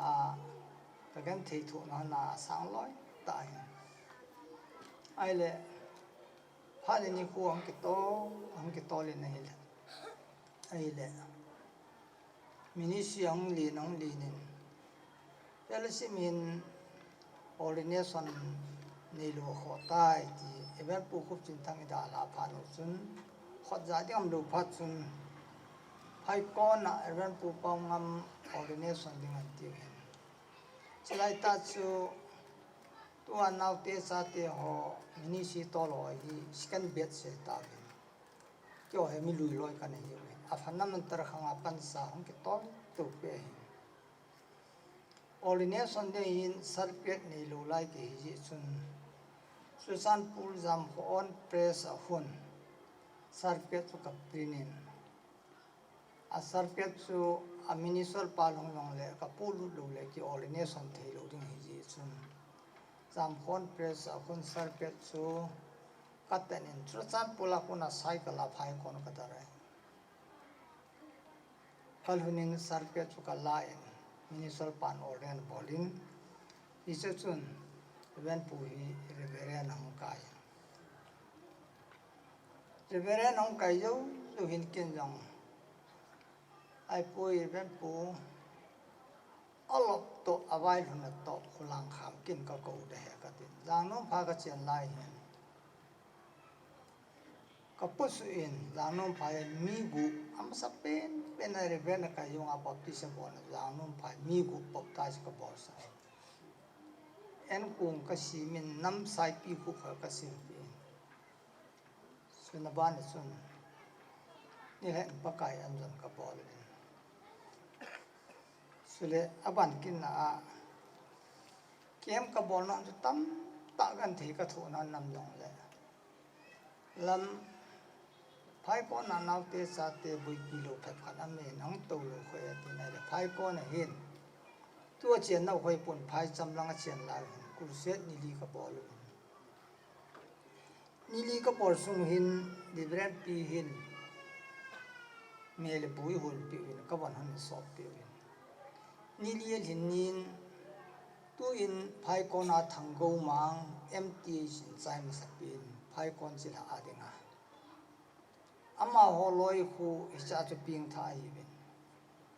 baptisma varunga ka bol bin an no chen baptisma ka bolai ta han hin chapang ho khana homen hepa kan ma da mo be se kan mon hon ta na ti a baptize ki bona la ju da la ye no yi sun baptize ka bol lo han ka bol lo han chun sung ka sung han ke ka sung lama sa ne ven pu hong kha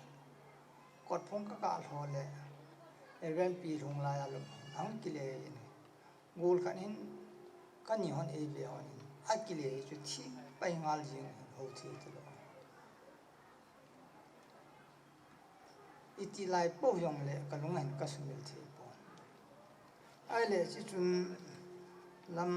na su pino e bui ding iti op jana nam de ก็วูจิบินยิงบงขัดอินก็สาบินเกี่ยจุไลตาจุกหิตมอดันตัวท้าวาท้าวหอยหอยไก่ตายก็ท้าหอยเจบงสากันเนี่ยจุดได้ฉันจีชิดกันเนี่ยก็ที่ดีเสร็จแล้วเนี่ยอันนั้นภายก่อนก็ดาลาอินกันลงสุเลเวันปุยตัวนึงงาฮิข้าตัวขี้หาวกี่บอกจังเลยอาบุลเป็นตากันเทนทุกคนมาสาวกี่ตัวไปไอ้เล่ก็ในอันนี้ตามินโดนตามินอามุตามินอามันยังอันเอาป้าบังอาอีบอนก็สปายังเขาเลี้ยงเป็นป้ากองคนนับป้าเตลาคุยตาปีน้ำองอติเลยกับป้าเปางำขาอาป้าเปางำตัวอาป้าเตลาตาปีนักษาเตยุสิยังเอาไว้ยี่จุนคู่กันมาหันยังไงเลยเลยสิขันตรงลุงยื่นขังกิเขียนพาดของกิเขียนโตมันบอลมันของกิเขียนเลยนี่เลยเกี่ยงโตน้ำมันเห็นมิสันกุมะไอ้ถาดอนไอ้ดาลตันเกี่ยกำเดนี่ไอ้เล่เว้นผู้ปองมีตาสันจงเทียงตาเสกลุงเห็นกำมิลเทปอนตากาวังกำมิลเทปอนอามาhi อัตตาสานิยวสักไหนว่าลุงทิมยาอัตตาสสังอาลีมเลยลุงเล็ดนักปะขันนี่มา leadership mind ให้ตานี่อีจุนปฏินากันต่อนอนเห็นอาทินินยงกระตุกป่าเป่าสันเหปูเวียนปวดที่ตายที่ผ่านอัปเป้นาการีก็กิมันนากันตกดารวยแต่จุนลุงสุงเห็นCalvary Baptist Church mindang kazan ham ka kapiwin holding ki kapangin isun event pu pangam chunga hin ki pathu seiding le hasi thu ki seiding le ise yo ponte eyong le mi pi singa hin chu fellowship ya kai ki phuyo sa leader tu lwa ngai lo alu chang chu hitete Fundamental Baptist Church Fellowship की पूरा आजम अफांगदल आजाओ CBC की पूरा आजम अफांगदल आजाओ जो तीन अकाला न्याव चाचा जो सीधा तांग कटिंग तो मिशन आजम ही अमायों अफुट डोला जाओ की हिताली दल मोंग लमकाय सिंग मोंग हिन असुंगा अनुया दिंगा जा दिंग ले पेथांग दिंग नुमलो मी ये चुन तुनी नि को हिन एवेन पु कंगाई लु न हो hi seila ka se yo lo ding hin mundang le ni khodanga sei kit lang ngol to ka kilo de hitan tuni se ni ka chan chin yo cha ka se hin evean pu Dr. H.C. Stephen ama to hin pin dola jong in sum khat na to lam dola jong in sum khat Home Ministry hian lang hoi la yu sa suggestion idea le aki thu pi jing chu ven pu Dr. H.C. Stephen ai chule ama yong tunin hung ho lim mai thi hin tin yong le phon do na kan nei no men aloi nu yong hangin aloi nu to ama kha bi hung ding do le pham te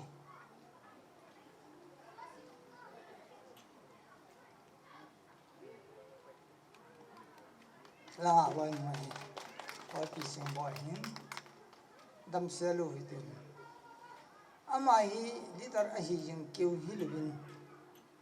ato naman hi mur so jing mi te si atha hong hlom tan keong kum som le kum ni lang ki phan atha hlom tan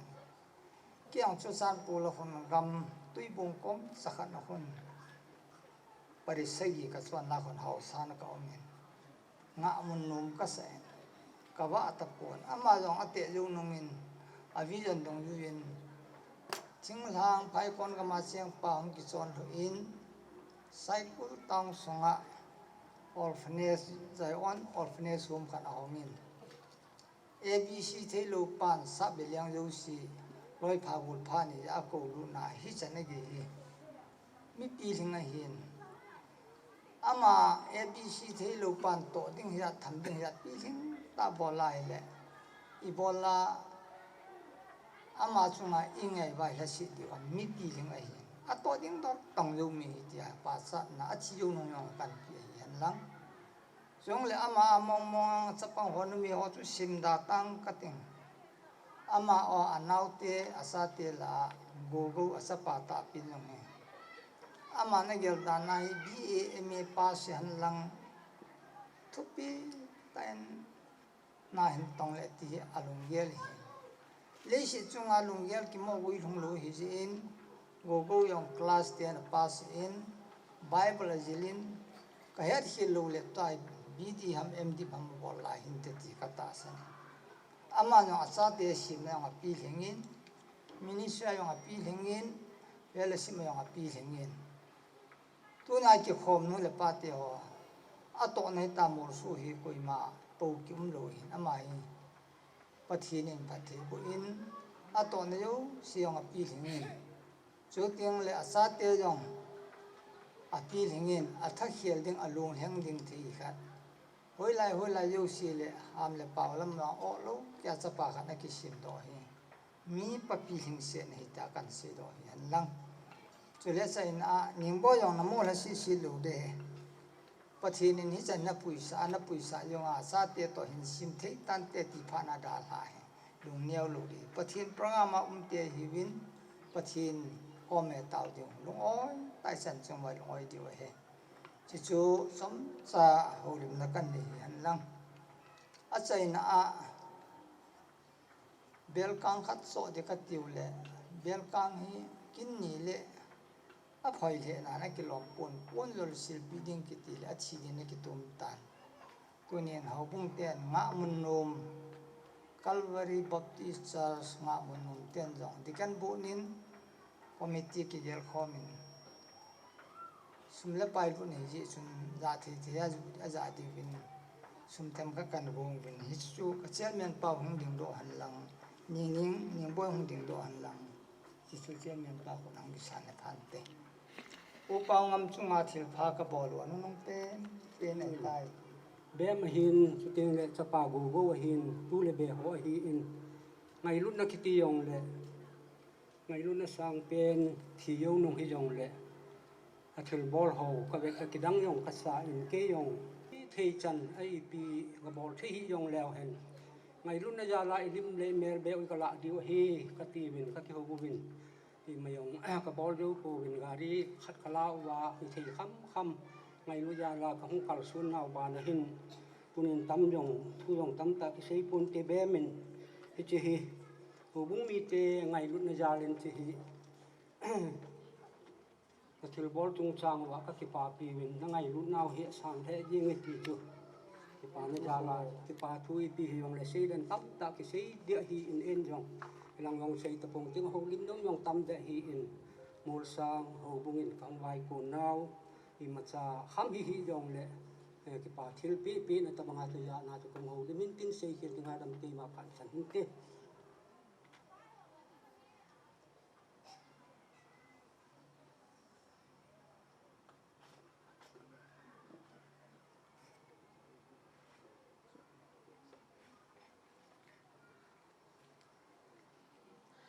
zit le be ya sa dal hanga pasal different le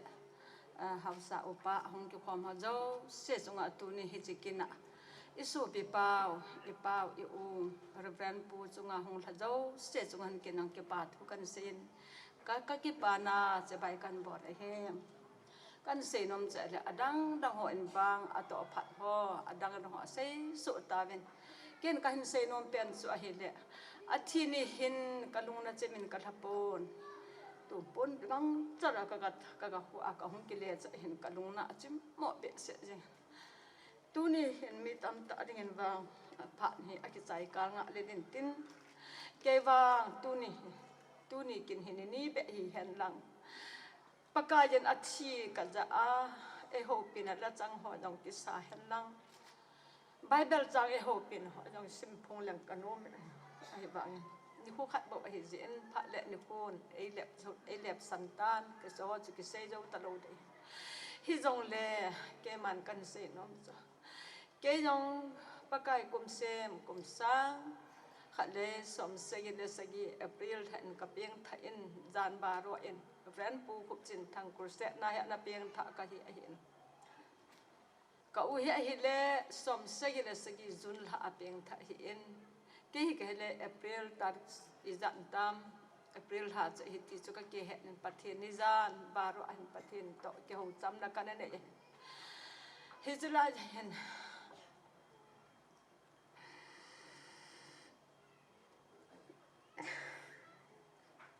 lai phat na chon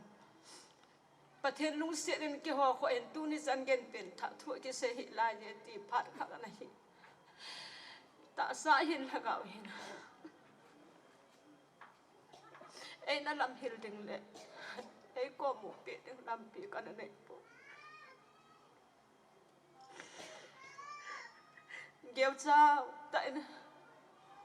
zan ba ro ti lo sun ba ro ti lo gen iti yang kato na ta pakai ko makana thumin pakai ei lam hil ding da ei pui ding koi ma ka nei pui tin pathin in la ka ma kana ta ven kana kala ka u pathin ke sa ngin ala in peng tha nu kha jong le ma jong pen tha no ai ta nei ni ai pa nen ke anau nu hi la kau la ta san in viang to in ching to pen hom pi dunga fundamental fellowship hong ki phudo na dinga kong khol chin na thona jo apen pi mong anaw nu mong in e na kisimin e na kisinin jam jong la mi to kalup di jong aphal poi e na phal poi e na it pe sen zan te jong le akom mo nga e lu sa lo yo an po iti sa pang tao sen sinin e na sin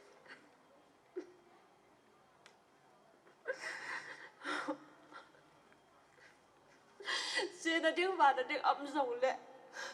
boy sin ta hi la nga hi program min hi ta bang bang hin amin sa hi chi de hi e na ti jin mit so ga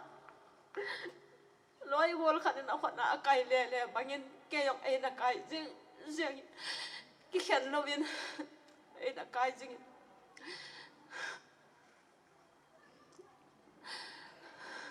lei mata power house dunga kana che lai bin dong ko kamlam te ni loi cha hin kana che bin koi ham tolin Christmas masangin Hebron venga konin ki khenin kana che bin dong hiti koi madang no ei sin sa poi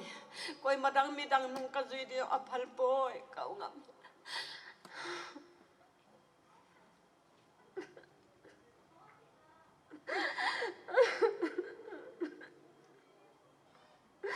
ama ko mo nga ei to sa din ama ko mo nga ei lu sa din tapang sin ei na sin sin kawin ei su yan thaya kan ne lai jong le an kan ne lai ka un ei na bo ding lai jong le ama anom ji ka un ei na bo ji a kan ne ta cham kin se da ta ka ei mo kom jong le ka u su pho the hi lo jin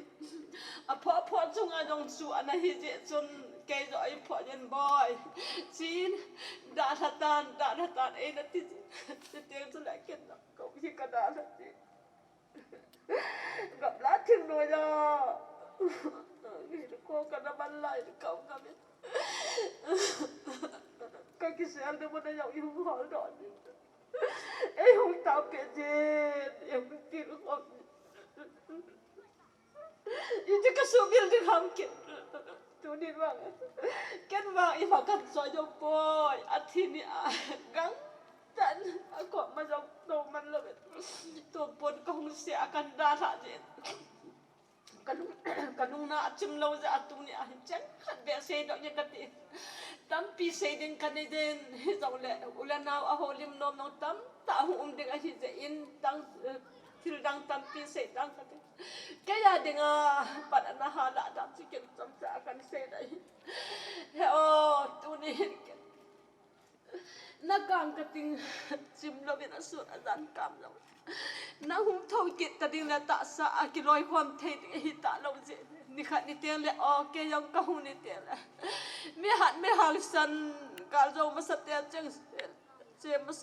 van mi theng ai hoi hem pau lal to na van tang ko na ko ni hung gal to na vel la ke yong ni hung pui ta ven ti tu ni a chana mi pi le pakai al le ka u ma sanga ko ho lim na chan chi tan te ki pa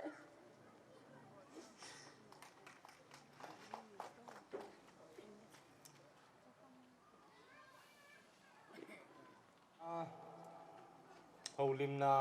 in hon nào giống hi chân sung hi xã cái tàu tin kile lang ding in hi zivin phát hi abi cha chạy ta divin mi pi ho ko ma kan sei do kin hin tin koi ta bang hầu lim ding ki ko hầu lim khalo mi yong la pamoi na sa lo diu pakai mi na kan tim hin tin tu na chai na lam an chi pai pai tàu tin ki pa tu sei na hi pa lam thang be bul aman ki pa thu sei na nei pi vintin aman ki pa thu an sei chai ting le ki khen na taw na mang ding pa pau sat be pa is pa taw nan man chai le tu ni po ikin gon ho a chai na hon di tai ti kan sei do tha en tin ki pa thu sei na phat la ding in pa lam thang be bul phat kan pin he lung don di wa hi in sung be bul pa chu boina khat ani za ong thei ta lo ji a ama phat mun hi ke in sung tu cha kai in ke ma in kain lu a hi in chino mo na sa lo di hin tin tunin ni kho a hitabang pastor pa reverend paungam a hi in pu ot kam a hi in piting kim a hi in san sung don het jing na san sung don na kin chunga ki achai na ki pa thu sei theja yum jiwin avelin pathin thangwa na piki noitivin phat hong sotan ken jong phat hi ai thei le chom lam lama kahin mana chom lam lama kan sei ding nga ka hong ki gel ai in hin la hong sau kha jong le mi pi te in e na ngai them win tia masa ka hong taw masat ki de in tunin ni kho hetabang kin ki gon na hi in ama sa pen te in ki pa thu sei ding chu azawin zong fellowship lam kai hon e hin phung do ta win hi chi song hi fellowship lam kai ho in a hin pu do hi in hi chi song jeng se ahung lun wang chun sumle pai anga jin nei lagu anga jin hi cha hin sumle pai jong ule naw phep khanin a hin pu do kinin hi chi ho chu neo khat kain ta lang no movin in sung mi te in aji chu sikima kha e la chang hat chang ni som ni ai pan hu jong ule naw tam ta au mi na he tha le jung ai lo wa le thil dang dang ai pan hu jong au me hi jong le asang e ani ego asa khaw hin bot honga in sung mi te ngai lut na chu tiang le om ta lo ho ngai lut na za la ani ego hin seng to ho chu mi them khat mi som khat ham hi au min chho min chu ka hin ta lang no min akita lang lo kha aum kha ai jong le no mo sa lo diu ka het hi lu le ka bol hi lu wa e ngai dam di win ka hung taw ma sakinin ama sa pen ta in nu ting cha di phai helin ama in sumi ngai lu na zalin dangka sang som ni hin to in chutiang le pu lal cha bijang tampa ngin dangka sang som hin to in sunga tu te ho hichiga sei beleng in sunga ko na pu joseph in sunga ko na ki khai tha ho numi ho ani te ho hi in naw te ho hi na su pi ho hi in cha te ho hi in ama ho hin thiam cha phep kha khaden se khom wala mo hin dangka sang som le sang nga to zanga a hin tu lu no ve ti chu ka pun do hin tin nu wa nei thing ke es molen in dangka sang ni hin to in se lam gilgalin dangka sanga hin tu in pu hen chon chohang wengin dangka sanga hin tu kinin pu lam thang bebul pa tunia holim ding pa in jong holim ding pa in jong dangka sanga hin tu in pu jang mang phai no min jong dangka sanga hin tu in pu thang chon phai kon in jong dangka sanga hin tu in chu tiang le hom chapang hon jong dangka sanga hin tu win hi chang se chu akala jahat jani ho simlowa sanga in sumi te tiang le hin ki tho pi naw le hin pan hu naw he ti chu ka phon do hen ma ho zalin pa pathian thangwai num hen lang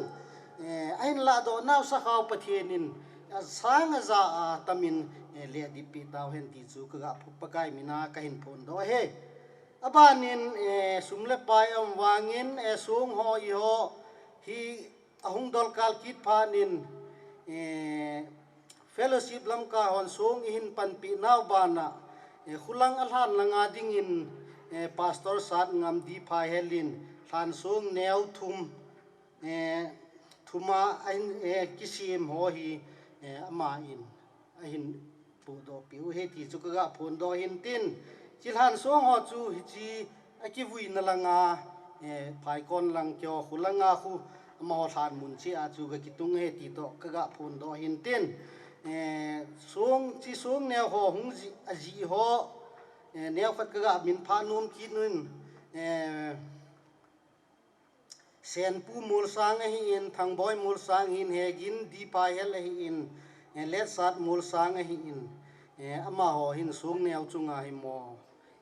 hin pu pi na ma ho zong ama ho zalin jong pa pathian thang vai num hen lang a khot thip naw a het naw chi naw pathian in phat thei bo jing hen lang azia cha in sung ama ho ading in hin nale ki wa na pathianin pejing ta hen ki chu ka phon do hin tin song tun na dinga amun hin sim ho pastor sat ngam le loi nu di phai hel ho hi in cheng le sen pu mul sang in hegin di phai hel hi in teng le cement plaster hung bol ho hegin di phai hel hi in pau boy saikot hi in pol gin thang mul sang hi in teng le so hung tung do aveng sung upa ho le gulang ho no loi ha pan za la hi dunia hi chi sung ho hi hon do a le mi pi headinga ta lang thia he ti chu ka ga phon do ki hin ten na ho zalin pathian thangwai num hen lang pathianin nen sung na jina cha u nang man na ma kho che wa pathianin na ma pui jing taw hen ti chu ka ga phon do ki de hin chu teng le thil la lo hung ki pu na ho gari hin tu ho hi in zong adei bangun ahi na bangin siki ma khain sung min aki pezo po in chi ho jong ma hon thaw ki sun lo ju hitia cha ne go sum la pai po do wa song ho pu na hi hen lang cement ho pu na hen lang thil la lo ho angai sa ho jong si pu na hi jong le e pan piu gari lang ho hin po ho jong sunga jong sei zo lo ki pa na ka hin phong ki no win in sung mi te in na ho zalin pathian ka thangwa ki no win na ho jong pathianin na ma kholam pi wa na puijing taw hen ti chu ka ga sei go nom ki nen chu tiang le tunini ho a hi chi alim noi za I to ho chu tiang le adang dang ho hin pu do pi wa ti gam dei phai te chunga jong sei zo lo ki pa na hin ki phung ki nen chu tiang le chel I to now chel hin ki pu do KLBC BYF cycle ama ho chunga jong ki pa thu ki sejin ane go an phal do wa mi pi ho nom ta e to sa ji ma ho zalin pathian thangwai num kin han lang chu tiang la sound system mai ho ying the ho hin pu do pe wa CBC cycle bazal ho jong operator pa hin lunglu tai pan pe wa kin ho lim ta isai thei ding je win jong ama ho chunga jong pathin ma chunga jong pathin zalin ki pa thu hen ki sejin mo yong pathinin ama lamin kho wa puijing taw han lang chu tiang le นูเตหอสายมาหินบอลปีหอว่าหินหงจันลอนถ้าจะเลหอหินสุดเตียงเลยรีชิปสนาหงโตหอหินสุดเตียงเลยkamera shooting in ball pi ho we in ami chang che min che ki ku zo hi zong le ipan na thei chan wa ipan wa hi chan ge ya kin i lo thin thei sa je win zong no chung che zong sei zo lo ki pa na ai hin ki phong ki nin su tem le a chai na in nistal pa hi in ila ngai to pe wa ho lam kai ho hi in su tem le phát cái số xe lại hình tol bị u phát hình hòm tố bài hình mò xe ra lên dòng bắt hiện cái hình thằng va kia nên mò ra la kín họ chạy thì giáo mệt thì dòng cứ gặp phồng đó nô min à chạy na cái zin cái pa thu chẳng khát chẳng như cái gặp xây bè nôm kít chu sát thế hình lang hình dòng là u lên nào phát pan na lung lút ta kín dù xịt chạy cái ra pan hin la pe wa hong gi khom mi pi ha te ho chunga in sung mi thaleng in avel in ki pa thu ka hin phung ki novin hong kal song hon jong sagu ke wa hong kal song lo wa sum le pai hi in chuteng le nei le go hi in thale jung ke holo wa ni hin ki thu pi kin wa pan nen la ki zalovin no zalin vel in pa pathen ka hin thang wa in nó họ sẽ dòng bắt hiện in nên chen nó có sao nào hen lang nên nó thun to cả siêu tiếng là này gì nó sao to nó cái mô tô kít to cả siêu in bắt hiện in nó bùi dinh hen lang nên còn hôm kia in bắt hiện phát thầy bu sang dinh ta viên tì chu cái gã xây đó nó mà hiện sum le pai hin xây nào hen lang hin le lo hin cái mang cho họ hen lang tiếng lệ chính là số ngà hung bằng họ hen lang zong le akimin pha hil om kha zong le pakai mina ingai dam divin ka hung ta vin zawai en lo ma hung pi ho zong ka hin min pha zo ta pu in ho si zong pathin in a chan chung che wa phat thei na bo hen lang ti chu in sung be pa lo zia be pa the khela ke ma tu cha pu in sung mi thalenga ka hin seina se hil le seiwal mi pi le pathian ngai dinga ka sei khaw ma le pathian le mi pin e ngai damun lang i sei thing lel ho ki ngai damu te ti chu chai na kaung taw nen kai ma holi me san chu tan te ka ki pa e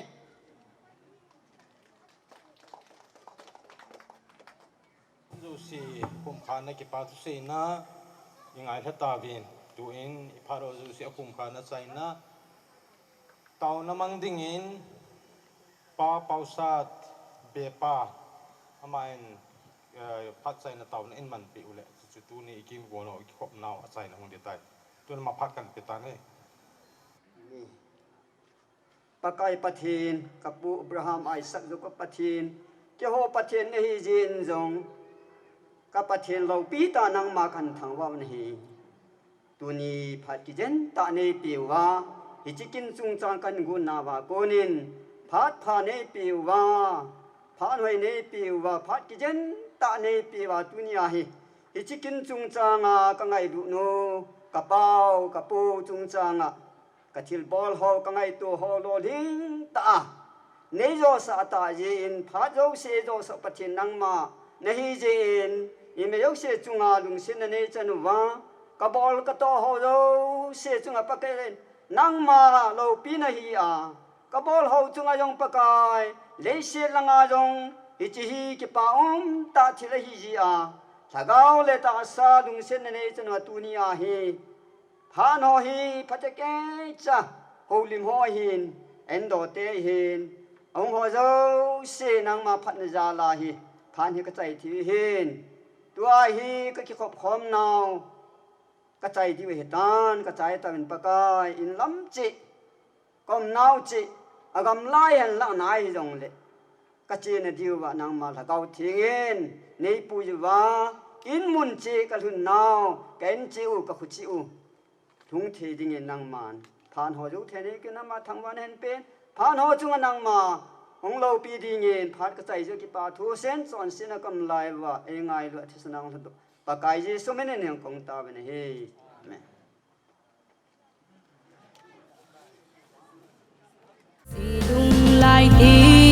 me so pa